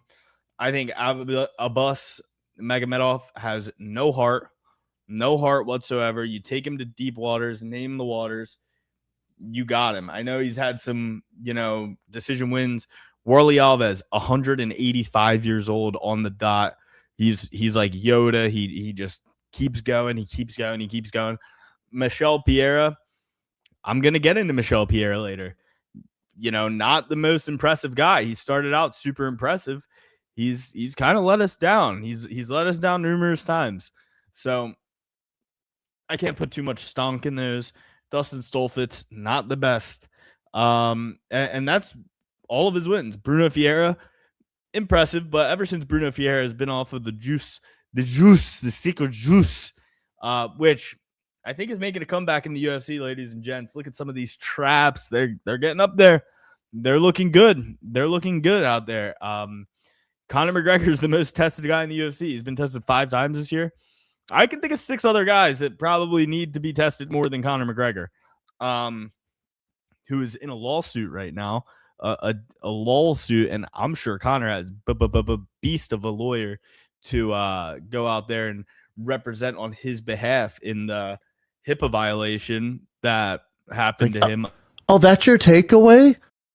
HIPAA violation that allegedly happened to him, where people are putting out his leg injury before he can even say ouchie wouchie. He's still in there yelling at Dustin Poirier's wife, and they're sending X-ray pictures to other people. That's, I'm pretty sure, like, very illegal. I know a thing or two about HIPAA. I had to get HIPAA certified, so best of luck to Conor and his legal dispute. But in this one, I'm going with Michael Olajaychuk. I love Michael Olajaychuk. Lord Michael, he's kind of hit a second win in his career ever since linking up with the Fighters. So I know some guys are abandoning ship on the Fight Nerds, but he's seeing a whole renaissance to his entire career since joining the Fight Nerds. So I'm gonna take Michael Olajaychuk. We're big Michael Olajaychuk fans around here, and I just think Abbas Magomedov is a guy who can be a good hammer, but he's not a good nail. And once Michael Olajaychuk starts pouring that jab on and taking Abbas to some deep waters, and like I said, naming the waters, he will find a lot of success in this fight and end up winning. Yeah, I hate Abbas. Never met a bus I liked. Greyhound, Megabus. I like the value, but I don't like the trip. So give me Michael Olajaychuk too. I think he's a killer. He's younger, on a great win streak. Don't like the Kevin Holland loss, but at the end of the day, that was before he was a fighting nerd. It's a stain on Pereira's name that he got knocked out by Douglas. It's a stain that he got beat by a bus. Give me Lord Michael. Elbows. All right. Next up, Ikram Aleskarov versus Bruno Ferreira. I mentioned Bruno Ferreira earlier. He looks like a kid I grew up down the street from as a kid. His name was Cody. He was like a bad kid. Everybody's had one of those bad kids. He looks exactly like that kid. I gotta go with Aleskarov here. As mentioned, Bruno Ferreira hasn't looked the same since like his first fight or two in the UFC. And it's telling. I mean, he knocks out Gregory Rodriguez. Since then, his body has become so much more deflated, so much less muscle density, looks like a shell of himself, and then gets knocked out by Greg Rodriguez in a round. I'm going with Aleskarov here. I think he's really good. He also trains with Hamzat, I believe. No, he fought Hamzat and got knocked out by Hamzat. He's got 2 losses. One's a knockout to Hamzat. One's a knockout by Whitaker. Right. Okay. Yeah, I'm going with Aleskarov. I think that was like his first fight. Oh, no, it was before he was even in the UFC. Okay. I'm taking Aleskarov. He's been in there with some super high-level guys. Sure, he got finished by Rob Whitaker. Hell, Rob Whitaker is coming in on short notice. He's going to surprise a lot of people, and I think you'd be surprised at how many people he actually surprises. So I'm going to go with Aleskarov. I just think Bruno Ferreira looks like a shell of himself. Every time I see him, his body looks worse. He needs more acai. He needs more Jesus, and then then he'll get back to his winning ways. Yeah, I did already place a bet on Ferreira and Torres because I just had in my head the memory of betting a shitload of money on Aleskarov as an underdog against Whitaker, losing it and hating him. But when I really look at the tape now, I go, yeah, Alescarov's probably going to win. I forgot that I watched live, actually, Bruno Ferreira get slimed up. No, that was actually Kopilov. I didn't watch that live. But yeah, I did know that Rodriguez was going to beat the fuck out of Ferreira that second time. He did. Don't love that he's coming off that knockout, but I do have Ferreira in a 2-leg parlay. Don't love it at this point, but I'm going with Askarov. They won't let me cash out for what I bet, so I can't. So. That's okay. That's okay. You'll have both sides. You'll have both sides. There's nothing wrong with that. Yeah, I'm gonna hedge out. Well, I'm probably not gonna bet Askarov, but I'll be rooting for Ferreira. I'll tell you that much. But I can't, in good conscience, tell you I think he's gonna win at this point. I've changed my mind. Asu Almabayev versus Charles Johnson. What do you think about this one, Alex? I think that Alzu Almabayev is the better fighter, a guy who can get into title contention. And for that reason, alone, I feel like you have to go with Charles Johnson. I feel like Charles Johnson comes in there and beats up on guys who are a lot better than him and gets beat up on by guys that are a lot worse than him on paper. So the safe play is certainly Azu Almabayev. I mean, we saw him versus Manel Kopp. He looked phenomenal this weekend, and he was winning that whole fight and then gets eye poked a couple times and knocked out. A double eye poke knockout combination. Who was the ref on that one?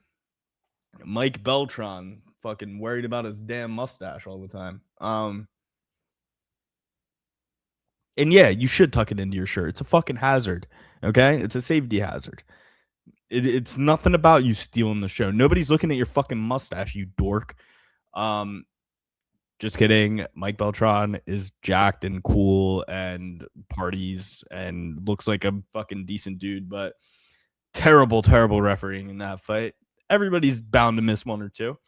But yeah, I'm going to go with the energy on this one. I'll probably bet both sides of this fight, have Charles Johnson in some plays, Azu Almabayev in some of my longer plays. And I'll probably bet both of them, but I'm going to go with Charles Johnson. I think Charles Johnson, like I said, he really shows out on these guys who he knows he's supposed to lose to, who everybody thinks is a guy who can crack the top 5, get into title contention. Leonard Kavanaugh, Josh Van, Sumaderji, Jake Hadley, great fighters, dude. Salgaz Zumagulov, another a guy I'm a fan of. I wish he was still in the UFC. I think that he wins this one. But Azu Almabayev is similar to Muhammad Mokaev, and I wouldn't have thought Muhammad Mokaev's little ass would have been able to take Charles Johnson down. So, but that being said, Azu Almabayev is well-rounded enough where he's going to feel comfortable enough on his feet to get knocked out. I talk myself back into it. Charles Johnson. And then Azu Almabayev cracks the top 5 with a 3-fight win streak after he loses to Charles Johnson and ends up in title contention again after Charles Johnson loses to fucking Turbo Perez in round 2, or fucking who else is a guy? Let's think of another guy that he could lose to. While we're waiting for Lukey here. Then he gets TKO'd by fucking, I don't know, man. It's a lot of work, guys. This is a lot of work. Let's look up flyweight rankings UFC. Men's flyweight. No, fucking Tabology making me pay to look at the rankings. Flyweight rankings. Pantoja, Kopp knocks him out. He beats this dude, right? Azu Almabayev, and then he gets knocked out by like Amir Albazi or Tajirul Mbekov or Rafael Filo. Guys that, you definitely think he wins against. Where, like, sure, Sumaderji hasn't reached his full potential yet, but Sumaderji has been a guy that everybody's had their eyes on for quite some time, where they're like, okay, this is a guy who could really make some waves in the 125 division. So yeah, that's my take, and I'm sticking to it. I don't know what the expression is. I'll go. Sorry. Oh my god. Just got a bit of that belly for a second there. Oh, I thought you were having a sneezer. Oh my god. That's what I call four consecutive sneezes. No, Sneezer.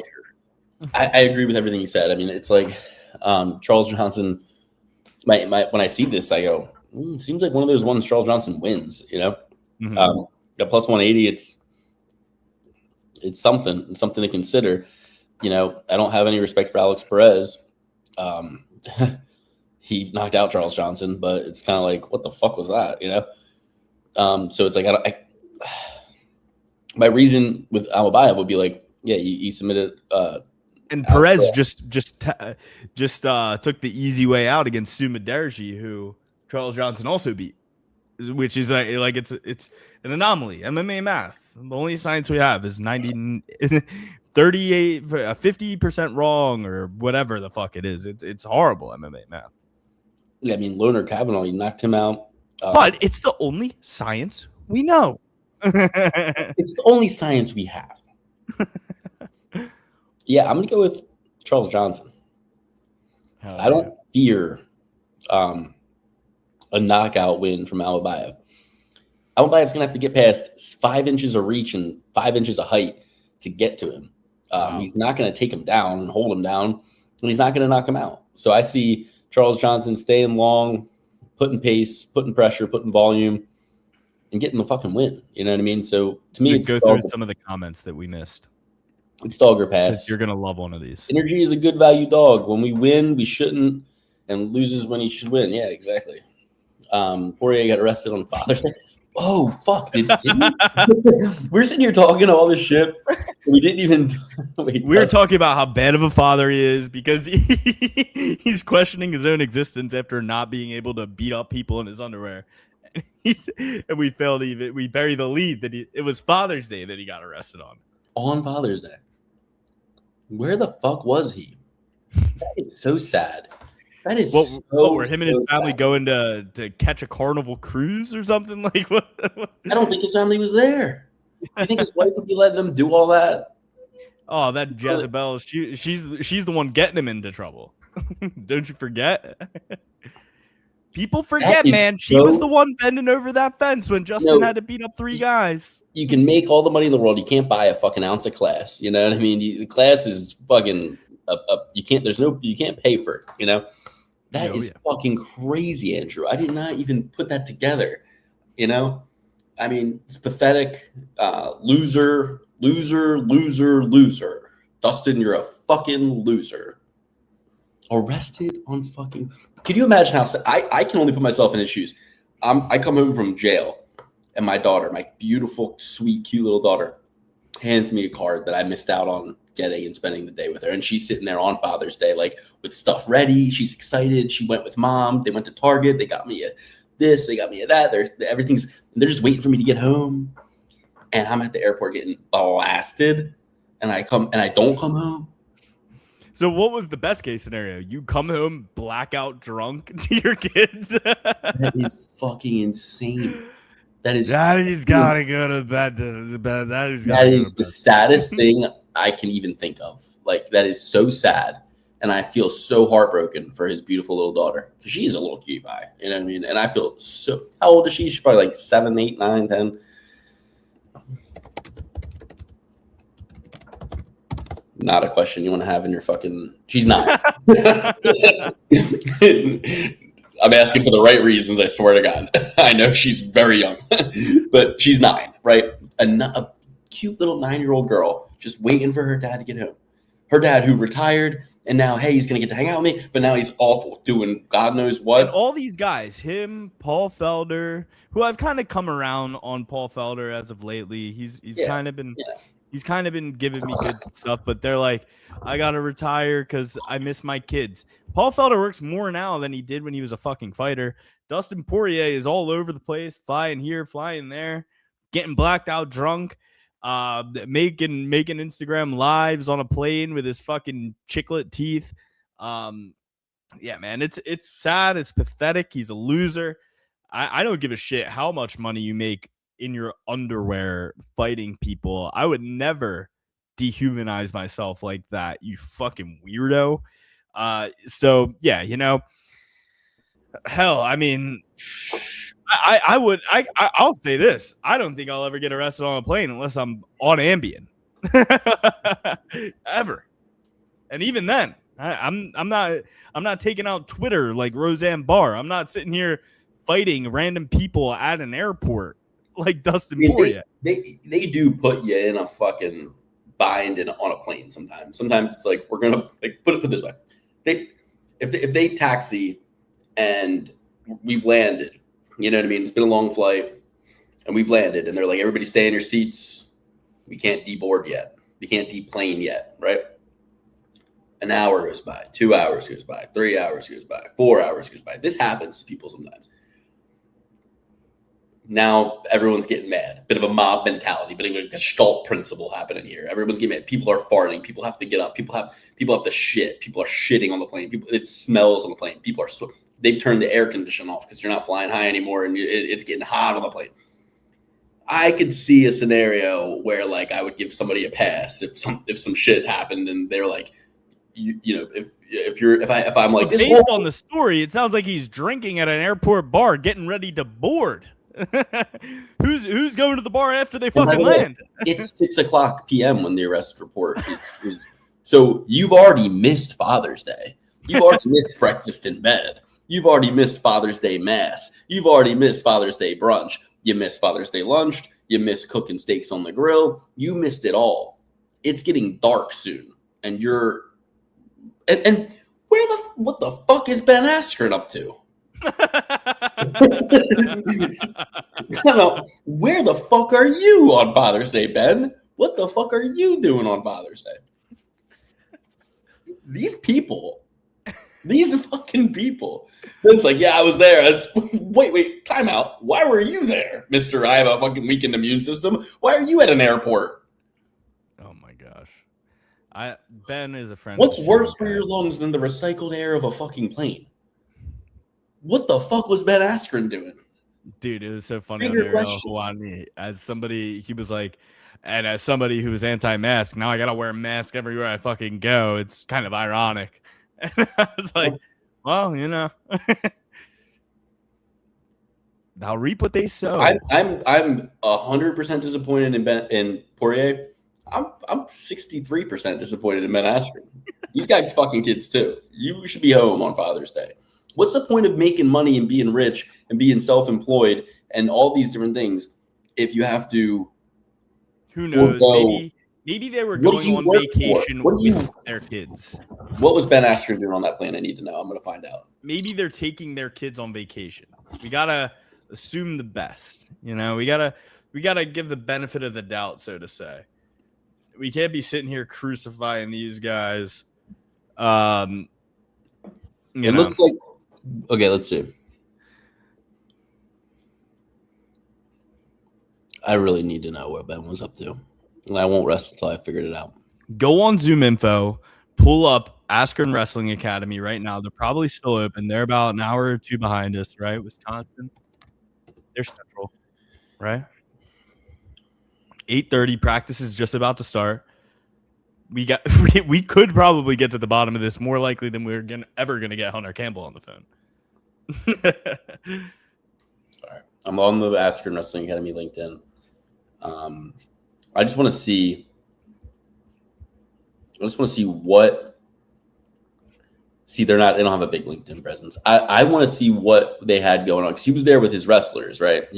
So maybe there was a tournament. He had to be there. He had to do some stuff.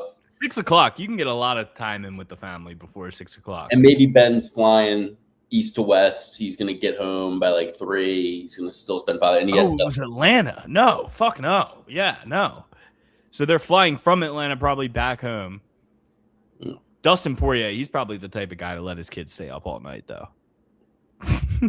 Dude, I really can't even believe that. That is fucking crazy.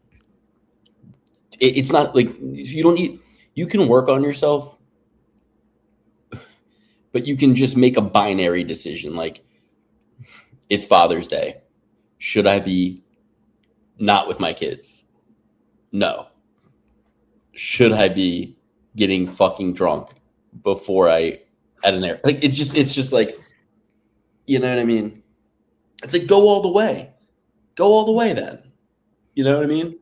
Like, if I'm making that decision, I might as well just be a complete degen. You know what I mean? I might as well just be like, I'm not coming home for a month. Actually, fuck this family. You know what I mean? Like, it's the same thing. You're spitting in their face as just as much by like, nice. That was yeah. You have good hair. Missing one spot. Mm-hmm. That's all. But Fuck Dustin Poirier, man. That's here and here. That's the hardest part to grow. All right, 3 fights left. Nazim. Luke, before we even break this down, you see Nazim Stajikov's picture on Tapology? Does it or does it not look like he's about to go mining with a headlamp on or working outside? Yeah, he does. His mini one, just the way the light. He looks like the Underminer. I just watched Incredibles 2 yesterday. He looks like the Underminer. Underminer, that's how Jerry Seinfeld likes his girlfriends. And this guy Sechikov, he's a real piece of shit. You know what I mean? Like, hangs out with the Longos, hangs out with, gets pieced up and knocked out by Faraziam. Yeah. And I mean, but this guy, he hasn't necessarily been the most active. He lost to gifted Gabe Green, who that's a guy who we've all like wanted to bet on a ton. He's fought some tough competition. Convincing guy, but ultimately the results weren't there. Yeah. And got his eyes fixed. I remember that. He got his eyes fixed. We thought big things coming for Gabe Green. Got beat the fuck up by Ian Gary, who, you know, in hindsight, lost age as well. You know, Ian's kind of proven us all wrong. Gets fucked up by Brian Battle.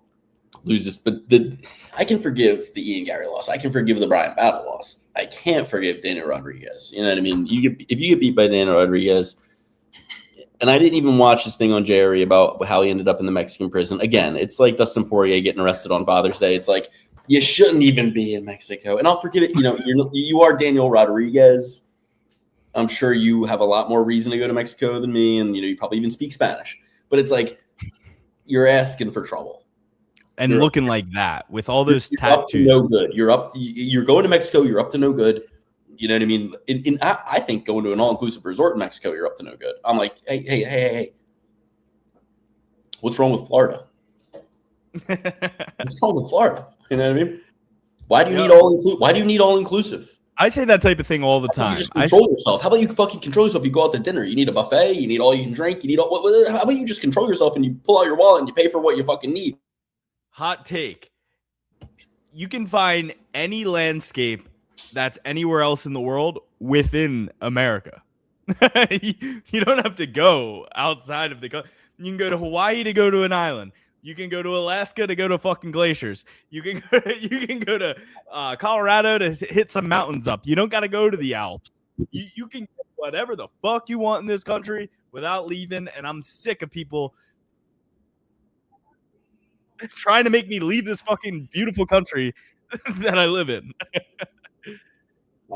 The one place, my buddy's in Italy right now, and I do have a certain, like, you know, I'm a European at heart. You got to do your kind of want to. You got to go back to the motherland. Yes, I do want to go to Ireland. I do want to go, like, and I want to go to Europe. Like, I definitely want to go to Japan.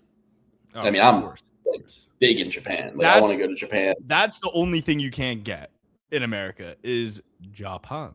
As Habib would say, Japan. And dude, I'm actually I have this plan that I'm going to talk you into going to China with me, because China rules. I hate to say it, I was the biggest like I'll never go to China guy in my life. I'm slowly being very convinced to go to China. It rules. China seems sick. My buddy dates a Chinese girl from China, born and raised in China, and he went to China, visited her. I know. I told him, I'm like, dude, this girl's out of your league. She's probably a fucking spy. You gotta, but he doesn't do anything like important. He's got nothing worth spying about. Like, he's got nothing. Let her spy on you. You're boring. You don't do anything. You ever seen the Chinese girl with her fist up in the air, and it's like, oh, husband, you didn't have to figure out I was Chinese spy. and it's like a guy laying in the snow, and all you see is like his POV of a Chinese girl beating his ass. Yeah, no, that sounds like a good existence for sure. But anywho, China has like, it's like, oh, come to this place. It's open 24 hours a day, and you can just like, there's video games, there's a gym, there's a this, there's a that. Oh, and by the way, it's $15. You know what I mean? And it's like it's just the best. I really do think China rules. And there was this video of this guy, he's like, all right, I'm going to leave my laptop open and unlocked and go play basketball and watch what happens. And nobody touches it and nothing happens to it. It's like, I'm big on China and Japan, both. I want to go to both. I want to go to Italy. I'd love to take a spin around Germany, maybe go to a rave. I'd like to go to the Autobahn.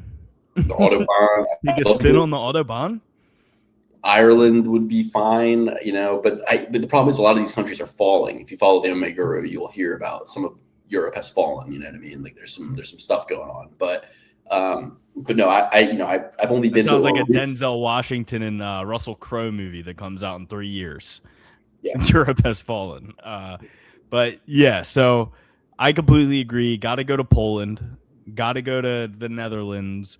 But all that being said, you can find everything you're looking for within the country. You know what I mean?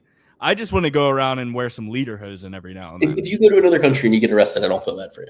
You know what I mean? I go, you were up to no good. You know what I mean? Like, I'm like, you weren't being polite and you didn't have respect. And I don't know I didn't watch what happened to Daniel Rodriguez, but I just can't imagine he just was minding his own business. If you go to another country with neck tattoos, you deserve to be arrested. In fact, I think if you Mexico actually has their shit together. I'm like, oh, like Mexico's actually getting like their shit together. I've always heard terrible things about Mexico. Yeah, they sold Daniel Rodriguez and they arrested him. Good job. LA won't do it, so good for you, Mexico. You guys are fucking cleaning up the streets. Yeah, makes absolutely a lot of sense. Man. Okay, so we got Gifted Gabe Green versus Cambodia. I'm going to go with. Yeah. Who are you going with in this fight? I'm going with fucking Camilo, dude. I don't have any respect for this guy. He fucking reps Brooklyn. He's from Azerbaijan. He's coming home with way too much pressure on his shoulders. He just got slimed out in 6 months. 6 months ago. Before that, who's he? I mean, it's like had a blood and guts war with Borichev. But then, like, this guy whooped the fuck out of Borichev. Beats Bonfim, beats Nicholas Mata. Like, he has some good wins. I think Sajikov is good. People really respect Sajikov. Like, the Weidmans, the Longos, the people at that gym, the Aljamain Sterlings, the Marabs. Like, they have a lot of respect for this guy. But I just think, he's 32 years old. We call Longo's peptide guy right now? If you have his number, we can call him. I think it was on the podcast. I don't know what the laws are around, like, you just call. You got to tell them we're on a podcast. You're going to say you're live to tape. Or you're live. Mateus Camilo, I actually am not taking Mateus Camilo. I'm taking Sajikov. Because I have respect for Ziam, and I think he is really good. So I'm taking Sajikov. Okay. Yeah. I could care less about this fight. I have no read on it whatsoever. I'm going to go with Camilo just so we're not flying the ointment here. Okay. Yeah. All right, next we got Michelle Pereira versus Shara Bullet Magomedov. This one, I also have a parlay on already.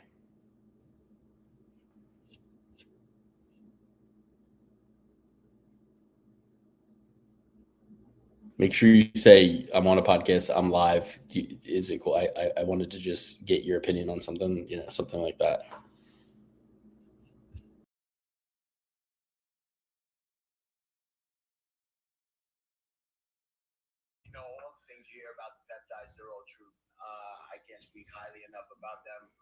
You can reach me. Sorry, guys. We're doing some. My own personal cell, 772-300. Okay, let's leave this guy alone. Michelle Pereira versus Shara Bullet Magomedov.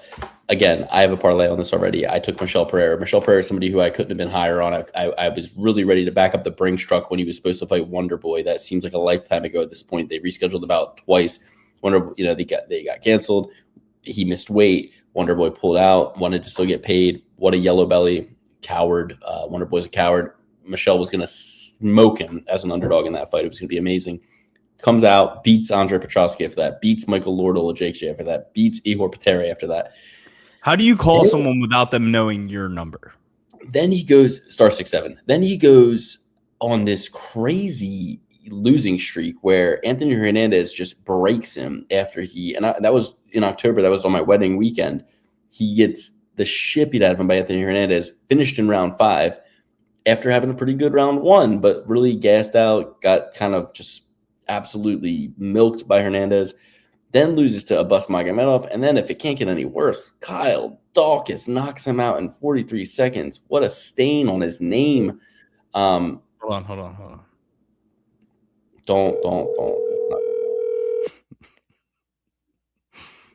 You have to tell him he's live on a podcast. Gonna tell him he's live.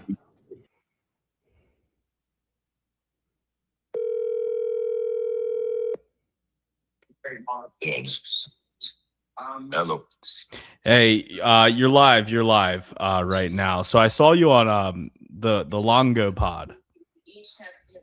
Right. So what's the deal with these peptides? I was thinking about getting into them myself. What? Who am I speaking with? You got to say you're live on a podcast. You're live on a podcast right now. I need to hear about these peptides. What stack you got Longo on? Are you serious, man? I'm serious. I'm back. Come on, man. You can't put me on the spot like that.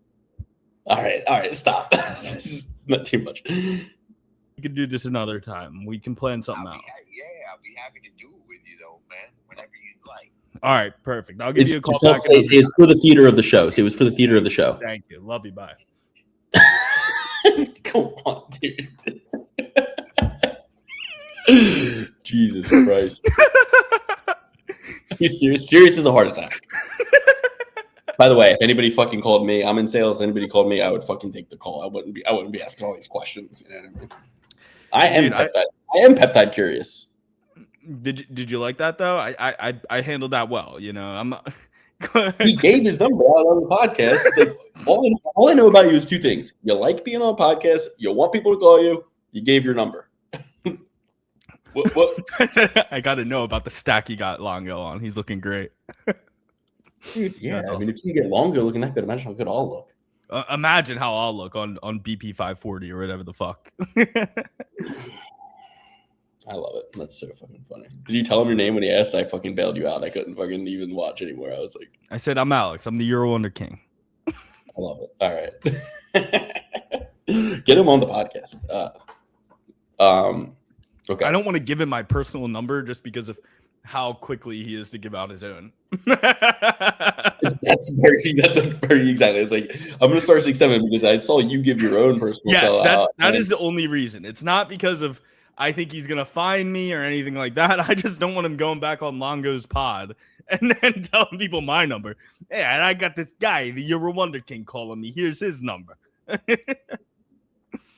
Jesus Christ. It was him though, 100% for sure. It was 100%. It's fucking 9:41 p.m. He's just waking me up. It's 9:41 p.m. By the way, though, like if you give your number out, you should expect that. Like, what did you expect? You know what I mean? The pressure was on. The pressure was on there. That kind of got me hot under the collar a little bit. I was nervous he was going to jump through the phone and get me. He looks like a formidable opponent. I wouldn't want to. Hey, listen. What was his name? Vinny. I don't want any issues. Okay. I just wanted to see what Longo's on. I wanted to see what's up. We're big fans. I'm peptide curious myself. Lord knows I need these tides, dude. I need these. I definitely need pep. So it's like, I will inject myself with whatever you give me, Vinny. Just give me the tide. I will buy whatever peptides you have to offer if you just give me some secrets about Longo. I need some secrets. What does the nape of his neck smell like? Okay. Michelle Pereira, like I said, great win streak, was going to destroy Wonderboy, was going to absolutely slime Wonderboy out. He was in the fucking mountains with the weight vest on. He's shooting fucking guns, and Wonderboy's out here playing laser tag. He was going to destroy him, and he was robbed of that. Still went on a great win streak afterwards. but then went on a tremendous losing streak. A lot of people said Hernandez broke him, but he just beat Zach Reese by split decision. Zach Reese, who's a up and coming guy, an up and coming contender. And here's my thing. I believe they train together too. Yeah, and I think Shara Bullet, I think he's got one eye. I think he's not going to be able to see out of one of his eyes. And I think Pereira, he's doing all his capoeira. He's doing all his fucking capoeira shit. And he's going to be like, bop, and he's going to get him. So I'm going with Michel Pereira. He's a big underdog. I already got him in a parlay. I love him. Let's go Michel Pereira. Finish this guy. Give me Michel Pereira. He's training with Sean Strickland. He's having Sean Strickland imitate Magomedov. I couldn't think of a worse person to be preparing you for Magomedov. Sean Strickland fights absolutely nothing like Magomedov. but he's got Strickland in there spinning around like a top, fucking throwing spinning back kicks and stuff. Like, you know what? Let's go. He's training with the champ. Give me out Michel Pereira. I honestly think that this might open up parts of Strickland's game that we've never seen before. I know. I think, all right, yeah, I actually kind of like throwing spinning back fists, you know? Yeah. They go, Sean Strickland's imitating Shara Bullet Magomedov. I go, hey, instead of asking the guy who definitely fights the least like your opponent to imitate your opponent, maybe you just go to any of the other guys like Shim Couture who kind of do fight like your opponent and have them practice with you. Hey, Michael Venom Page, are you busy this weekend? Are you shooting another movie? Wonder Boy, even like anybody else. I know that him and the Yellow Belly have some history and some beef there. So I wanted to get a black lab. So what I did was I got a raccoon to prepare me for my black lab. I got a raccoon, and the raccoon's gonna just live in my house. It's gonna get me ready for having a dog. Okay. Yeah, no, I know what you mean, B. I know what you mean on that one, Bappa. There you go. I don't know. I mean, this is concerning because Michel Pereira, like Luke said, like people said that people forget, man, Anthony Hernandez broke him, and then he lost to Abbas, and then he lost to Kyle Dawkins, like all in a row. Before that, the loss to Diego Sanchez, crafty vet Diego Sanchez. It happens to the best of them. You put up a force field, you can't break that. And then, you know, Tristan Connolly. And dude, he even has lost a Dusko Tordorovich here.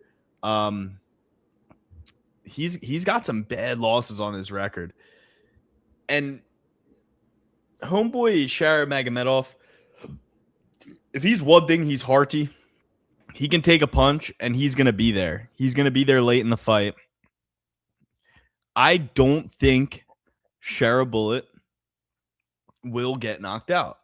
I don't think Shara Bullet's ever been knocked out. Now that I think about it, no. He was undefeated coming into the UFC. Only lost to Michael Venom Page, who's just crafty as all get out. I'm gonna take Shara Bullet. The line isn't sexy, but Michel Pereira has been broken. He's a guy that if it goes past 5 minutes, his explosivity really, really deteriorates, and he's going to have massive issues with Shara Bullet. Shara Bullet lost an eye. Do you think that he's going to just sit here and fucking get hit by Michel Pereira and act like anything and say boo? He's not gonna. He's going to go out there.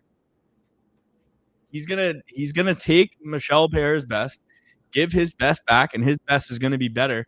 And I think Michel Pereira quits. I think that it's going to be Shara Bullet by finish.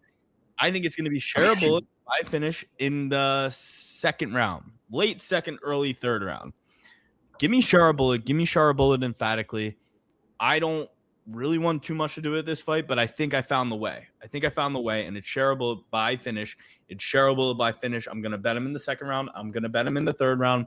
Hell, I might even bet him 4 minutes into the second round because that's when I really think he's going to get the finishing move on Michel Pereira. Michel Pereira looks for ways out when it's not going his way. He's a great hammer. He's not a great nail. Give me Shara Bullet, the one-eyed pirate. Well, let me help you out here. Pirate before the bullet? It's not. Let me help you out here. It's not going to be by submission. So you want to take Shara Bullet by knockout. Then you want to go Shara Bullet by knockout and round one, Shara Bullet by knockout and round two. But I wouldn't even go round one. I don't think he gets round one. I don't think he gets a knockout. Round I think if it happens in round 2. All right. The only thing that concerns me with that is he's patient. He's a patient guy. Last fight of the night, we got Rafael Fiziev versus Manuel Torres. Finney. I gotta say, I'm going with Torres here. He was plus 100 last time I checked on Hard Rock Bet.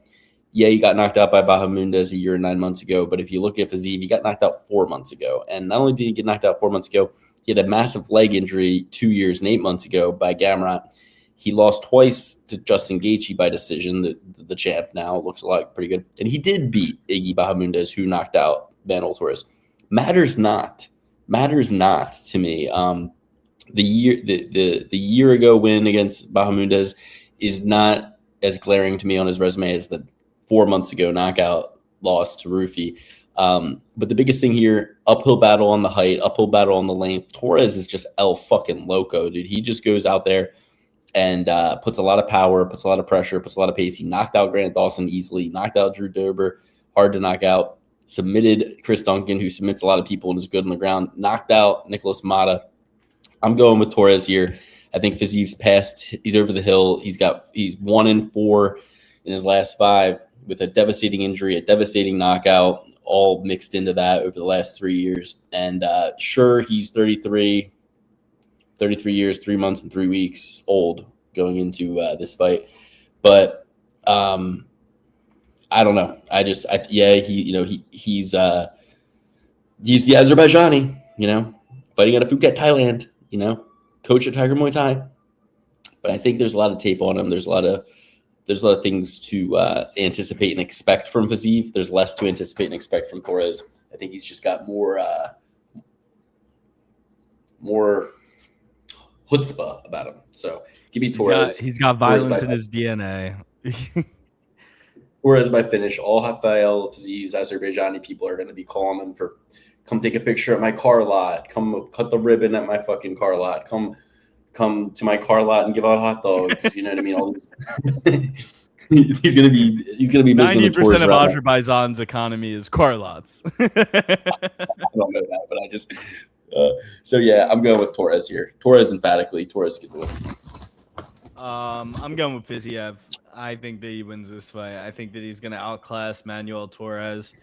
I love Manuel Torres. It hurts my heart to bet against him. I thought he was going to put the hurting on Ignacio Bahamundes. But you see the guys he's beaten. I mean, the highest level guy he's beaten is Drew Dober, which he doesn't quite fall into the category of guy that Drew Dober puts a hurt into. Okay? You know what I mean? So not quite my tempo, as Drew Dober would say. So I love Manuel Torres. He throws elbows. He's a slashing guy. He's great. I think that he's really good. But yeah, I agree. I think Rafael Fiziev does really well against tall fighters. You look at his losses. The guy that he lost to that's tall is Marcio Rufy, who is just in the Matrix. If you're not taking Rufy down, you haven't watched Rufy fight. You haven't seen the BSD fight, apparently. Which I think he's evolved a lot more since leaving the Fight Nerds and going and training with Volk, who is great. Volk is one of the greatest fighters to ever live. I'm going with Rafael Fiziev. I think that he kind of controls the tempo of this fight. I think Manuel Torres has a similar situation that homeboy Michel Pierre has, where he's really, really good really early, but he doesn't necessarily have what it takes to go into deep waters. And in fact, he's only been to decision one time in his career, once, as far as some of these just a win on the real UFC Noche night. The Mexican regional scene in 2017 is where you can't even find how he won.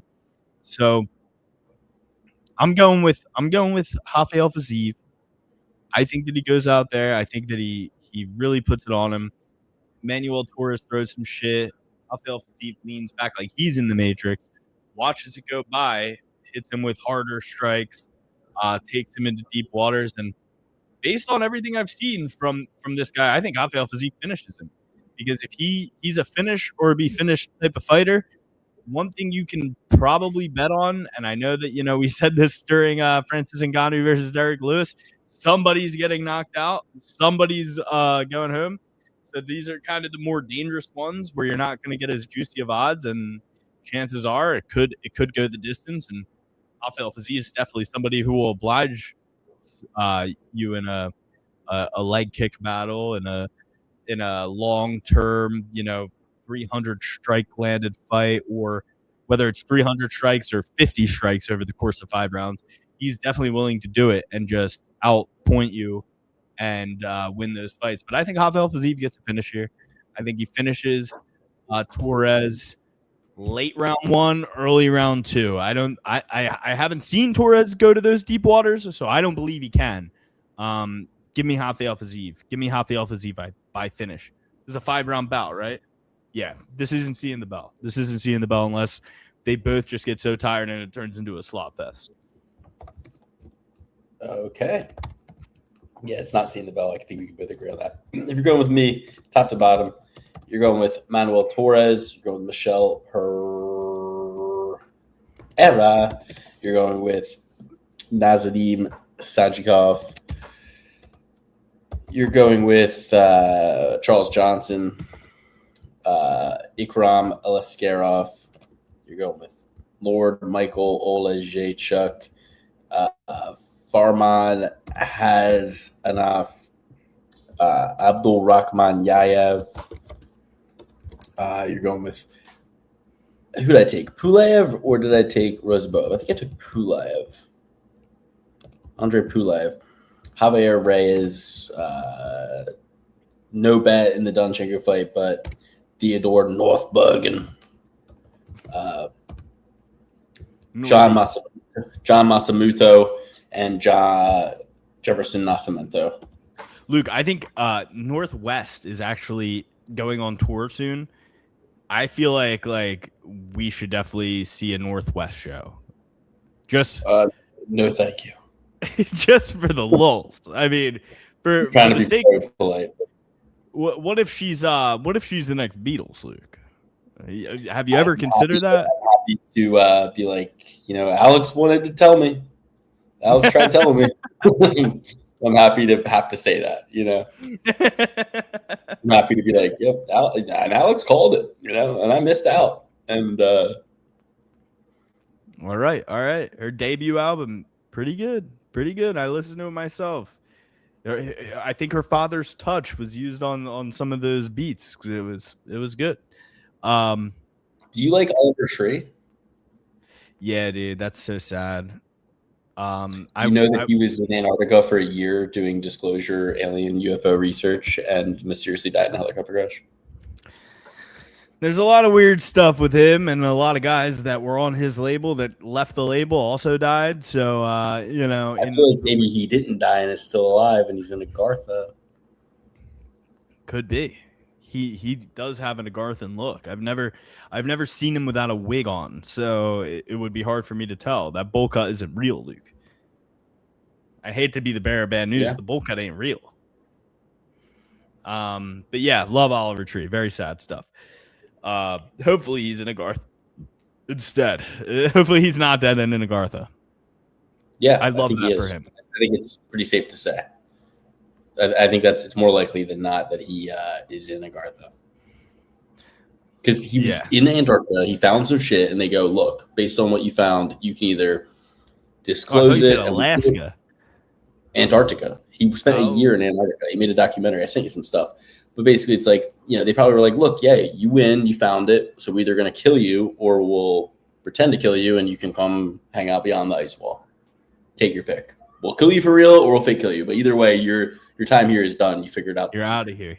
You're out of here, you dirty bum. No, yeah, sad. Really good friends with Mike Kleins, Luke. Who? Oh, the Kleins. Mike Kleins. And I'm just so sad about Oliver and his demise. That was a really good impression. That's one of your And I best mean, ones yet. it's just like such bullshit that I have to sit here and do this show, and I'm like mourning my friend and his demise. They called it H3 Oliver Tree for his in memoriam show, I believe. Yeah, because you wouldn't want Klein hanging out. You know, You can't bring him beyond the wall. yo, look, Dustin Poirier's mugshot. He's got the reddest eyes. He was definitely crying, dude. He was definitely crying. Oh my god. Yeah. Well, hey, you want to see it? Yeah. Oh, definitely crying, dude. Look at this. those crocodile tears, dude. Oh my god. You're 39-year-old grown ass man, by the way. Pull up some of these comments before we hop out of here. I'm gonna read off my picks as well. There's a gorge trans fucking Torres blast Fiziev. I agree, Verhoeven Flufin. Yes, Antarctica. You didn't pull up any of his other ones when he was rooting for Fiziev, though, Luke. He said, "I don't bet on these fights, so don't ask me." Low IQ is the neck tat. Yes. That's why it's good that it's good that they arrested him. You know what I mean? Because it tells me Mexico's getting their shit together. Maybe I don't bet MMA, so don't listen to me. Douche go door to door of itch. Douche go toward Dorovich. Douche go door to door of itch. That's hilarious.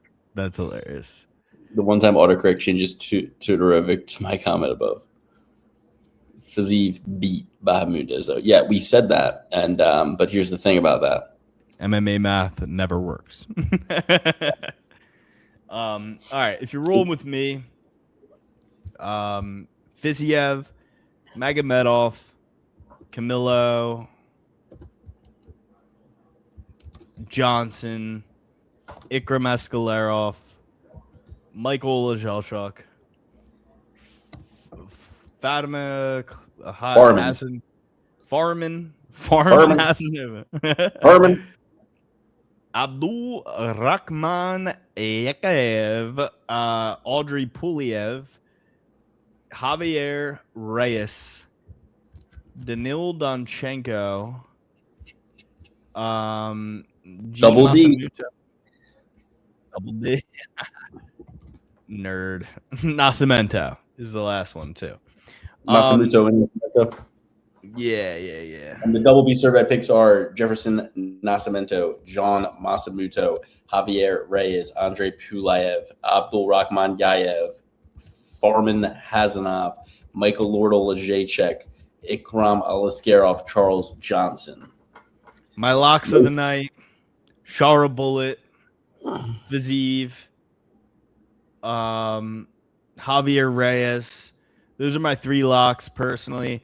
But a parlay pillar, Luke, this is like Stu Feiner. It's like my lock of the year, my lock of the century, my lock of the millennium, my lock of the quarter. But if you want to know one of my parlay pillars, that's Michael Lajeschuk for sure. He's going on there. It's a little less likely than some of those locks. See, I wouldn't make him a parlay pillar, but I hear you. I think the parlay pillar is Abdul Rahman Yayev is a parlay pillar. I think. Yeah, he's a minus 500, Luke. I'm not fucking touching that. Okay. But round one, round two. That's all, folks. I think John Masabuto is a parlay pillar. And that's about it. Torres for me, it's personally a parlay pillar. All right. I like it. Thanks for the time, guys. Appreciate your time. We love you. Thanks for joining the show. Comment down below, like, subscribe. Thank you for your guest appearance. Thanks for indulging us. If you don't want to get called on a podcast, don't give your phone number out on a podcast. I don't know what to tell you. We told you. We did. I did my due diligence. I tried my best. Those are the picks. Enjoy. I can't believe see you guys. He really gave his real cell phone number out on that podcast. They get a decent amount of views. I can't believe it either. We're probably the only person to call them. We're definitely the only person to call them. Like, they don't get that many views. More than us. I mean, I wouldn't give my number out on this podcast for fear that the 5 people that watch it would call me. I love the balls on my mouth. Thank you, everybody. We love you, and we'll see you later. On Steam just to play Cheers, Counter. boys. Have a great week, and we will see you on Saturday, 9 a.m. start time, 12 p.m. main card. Let's get it. UFC Azerbaijan, Baku, coming at you from Baku.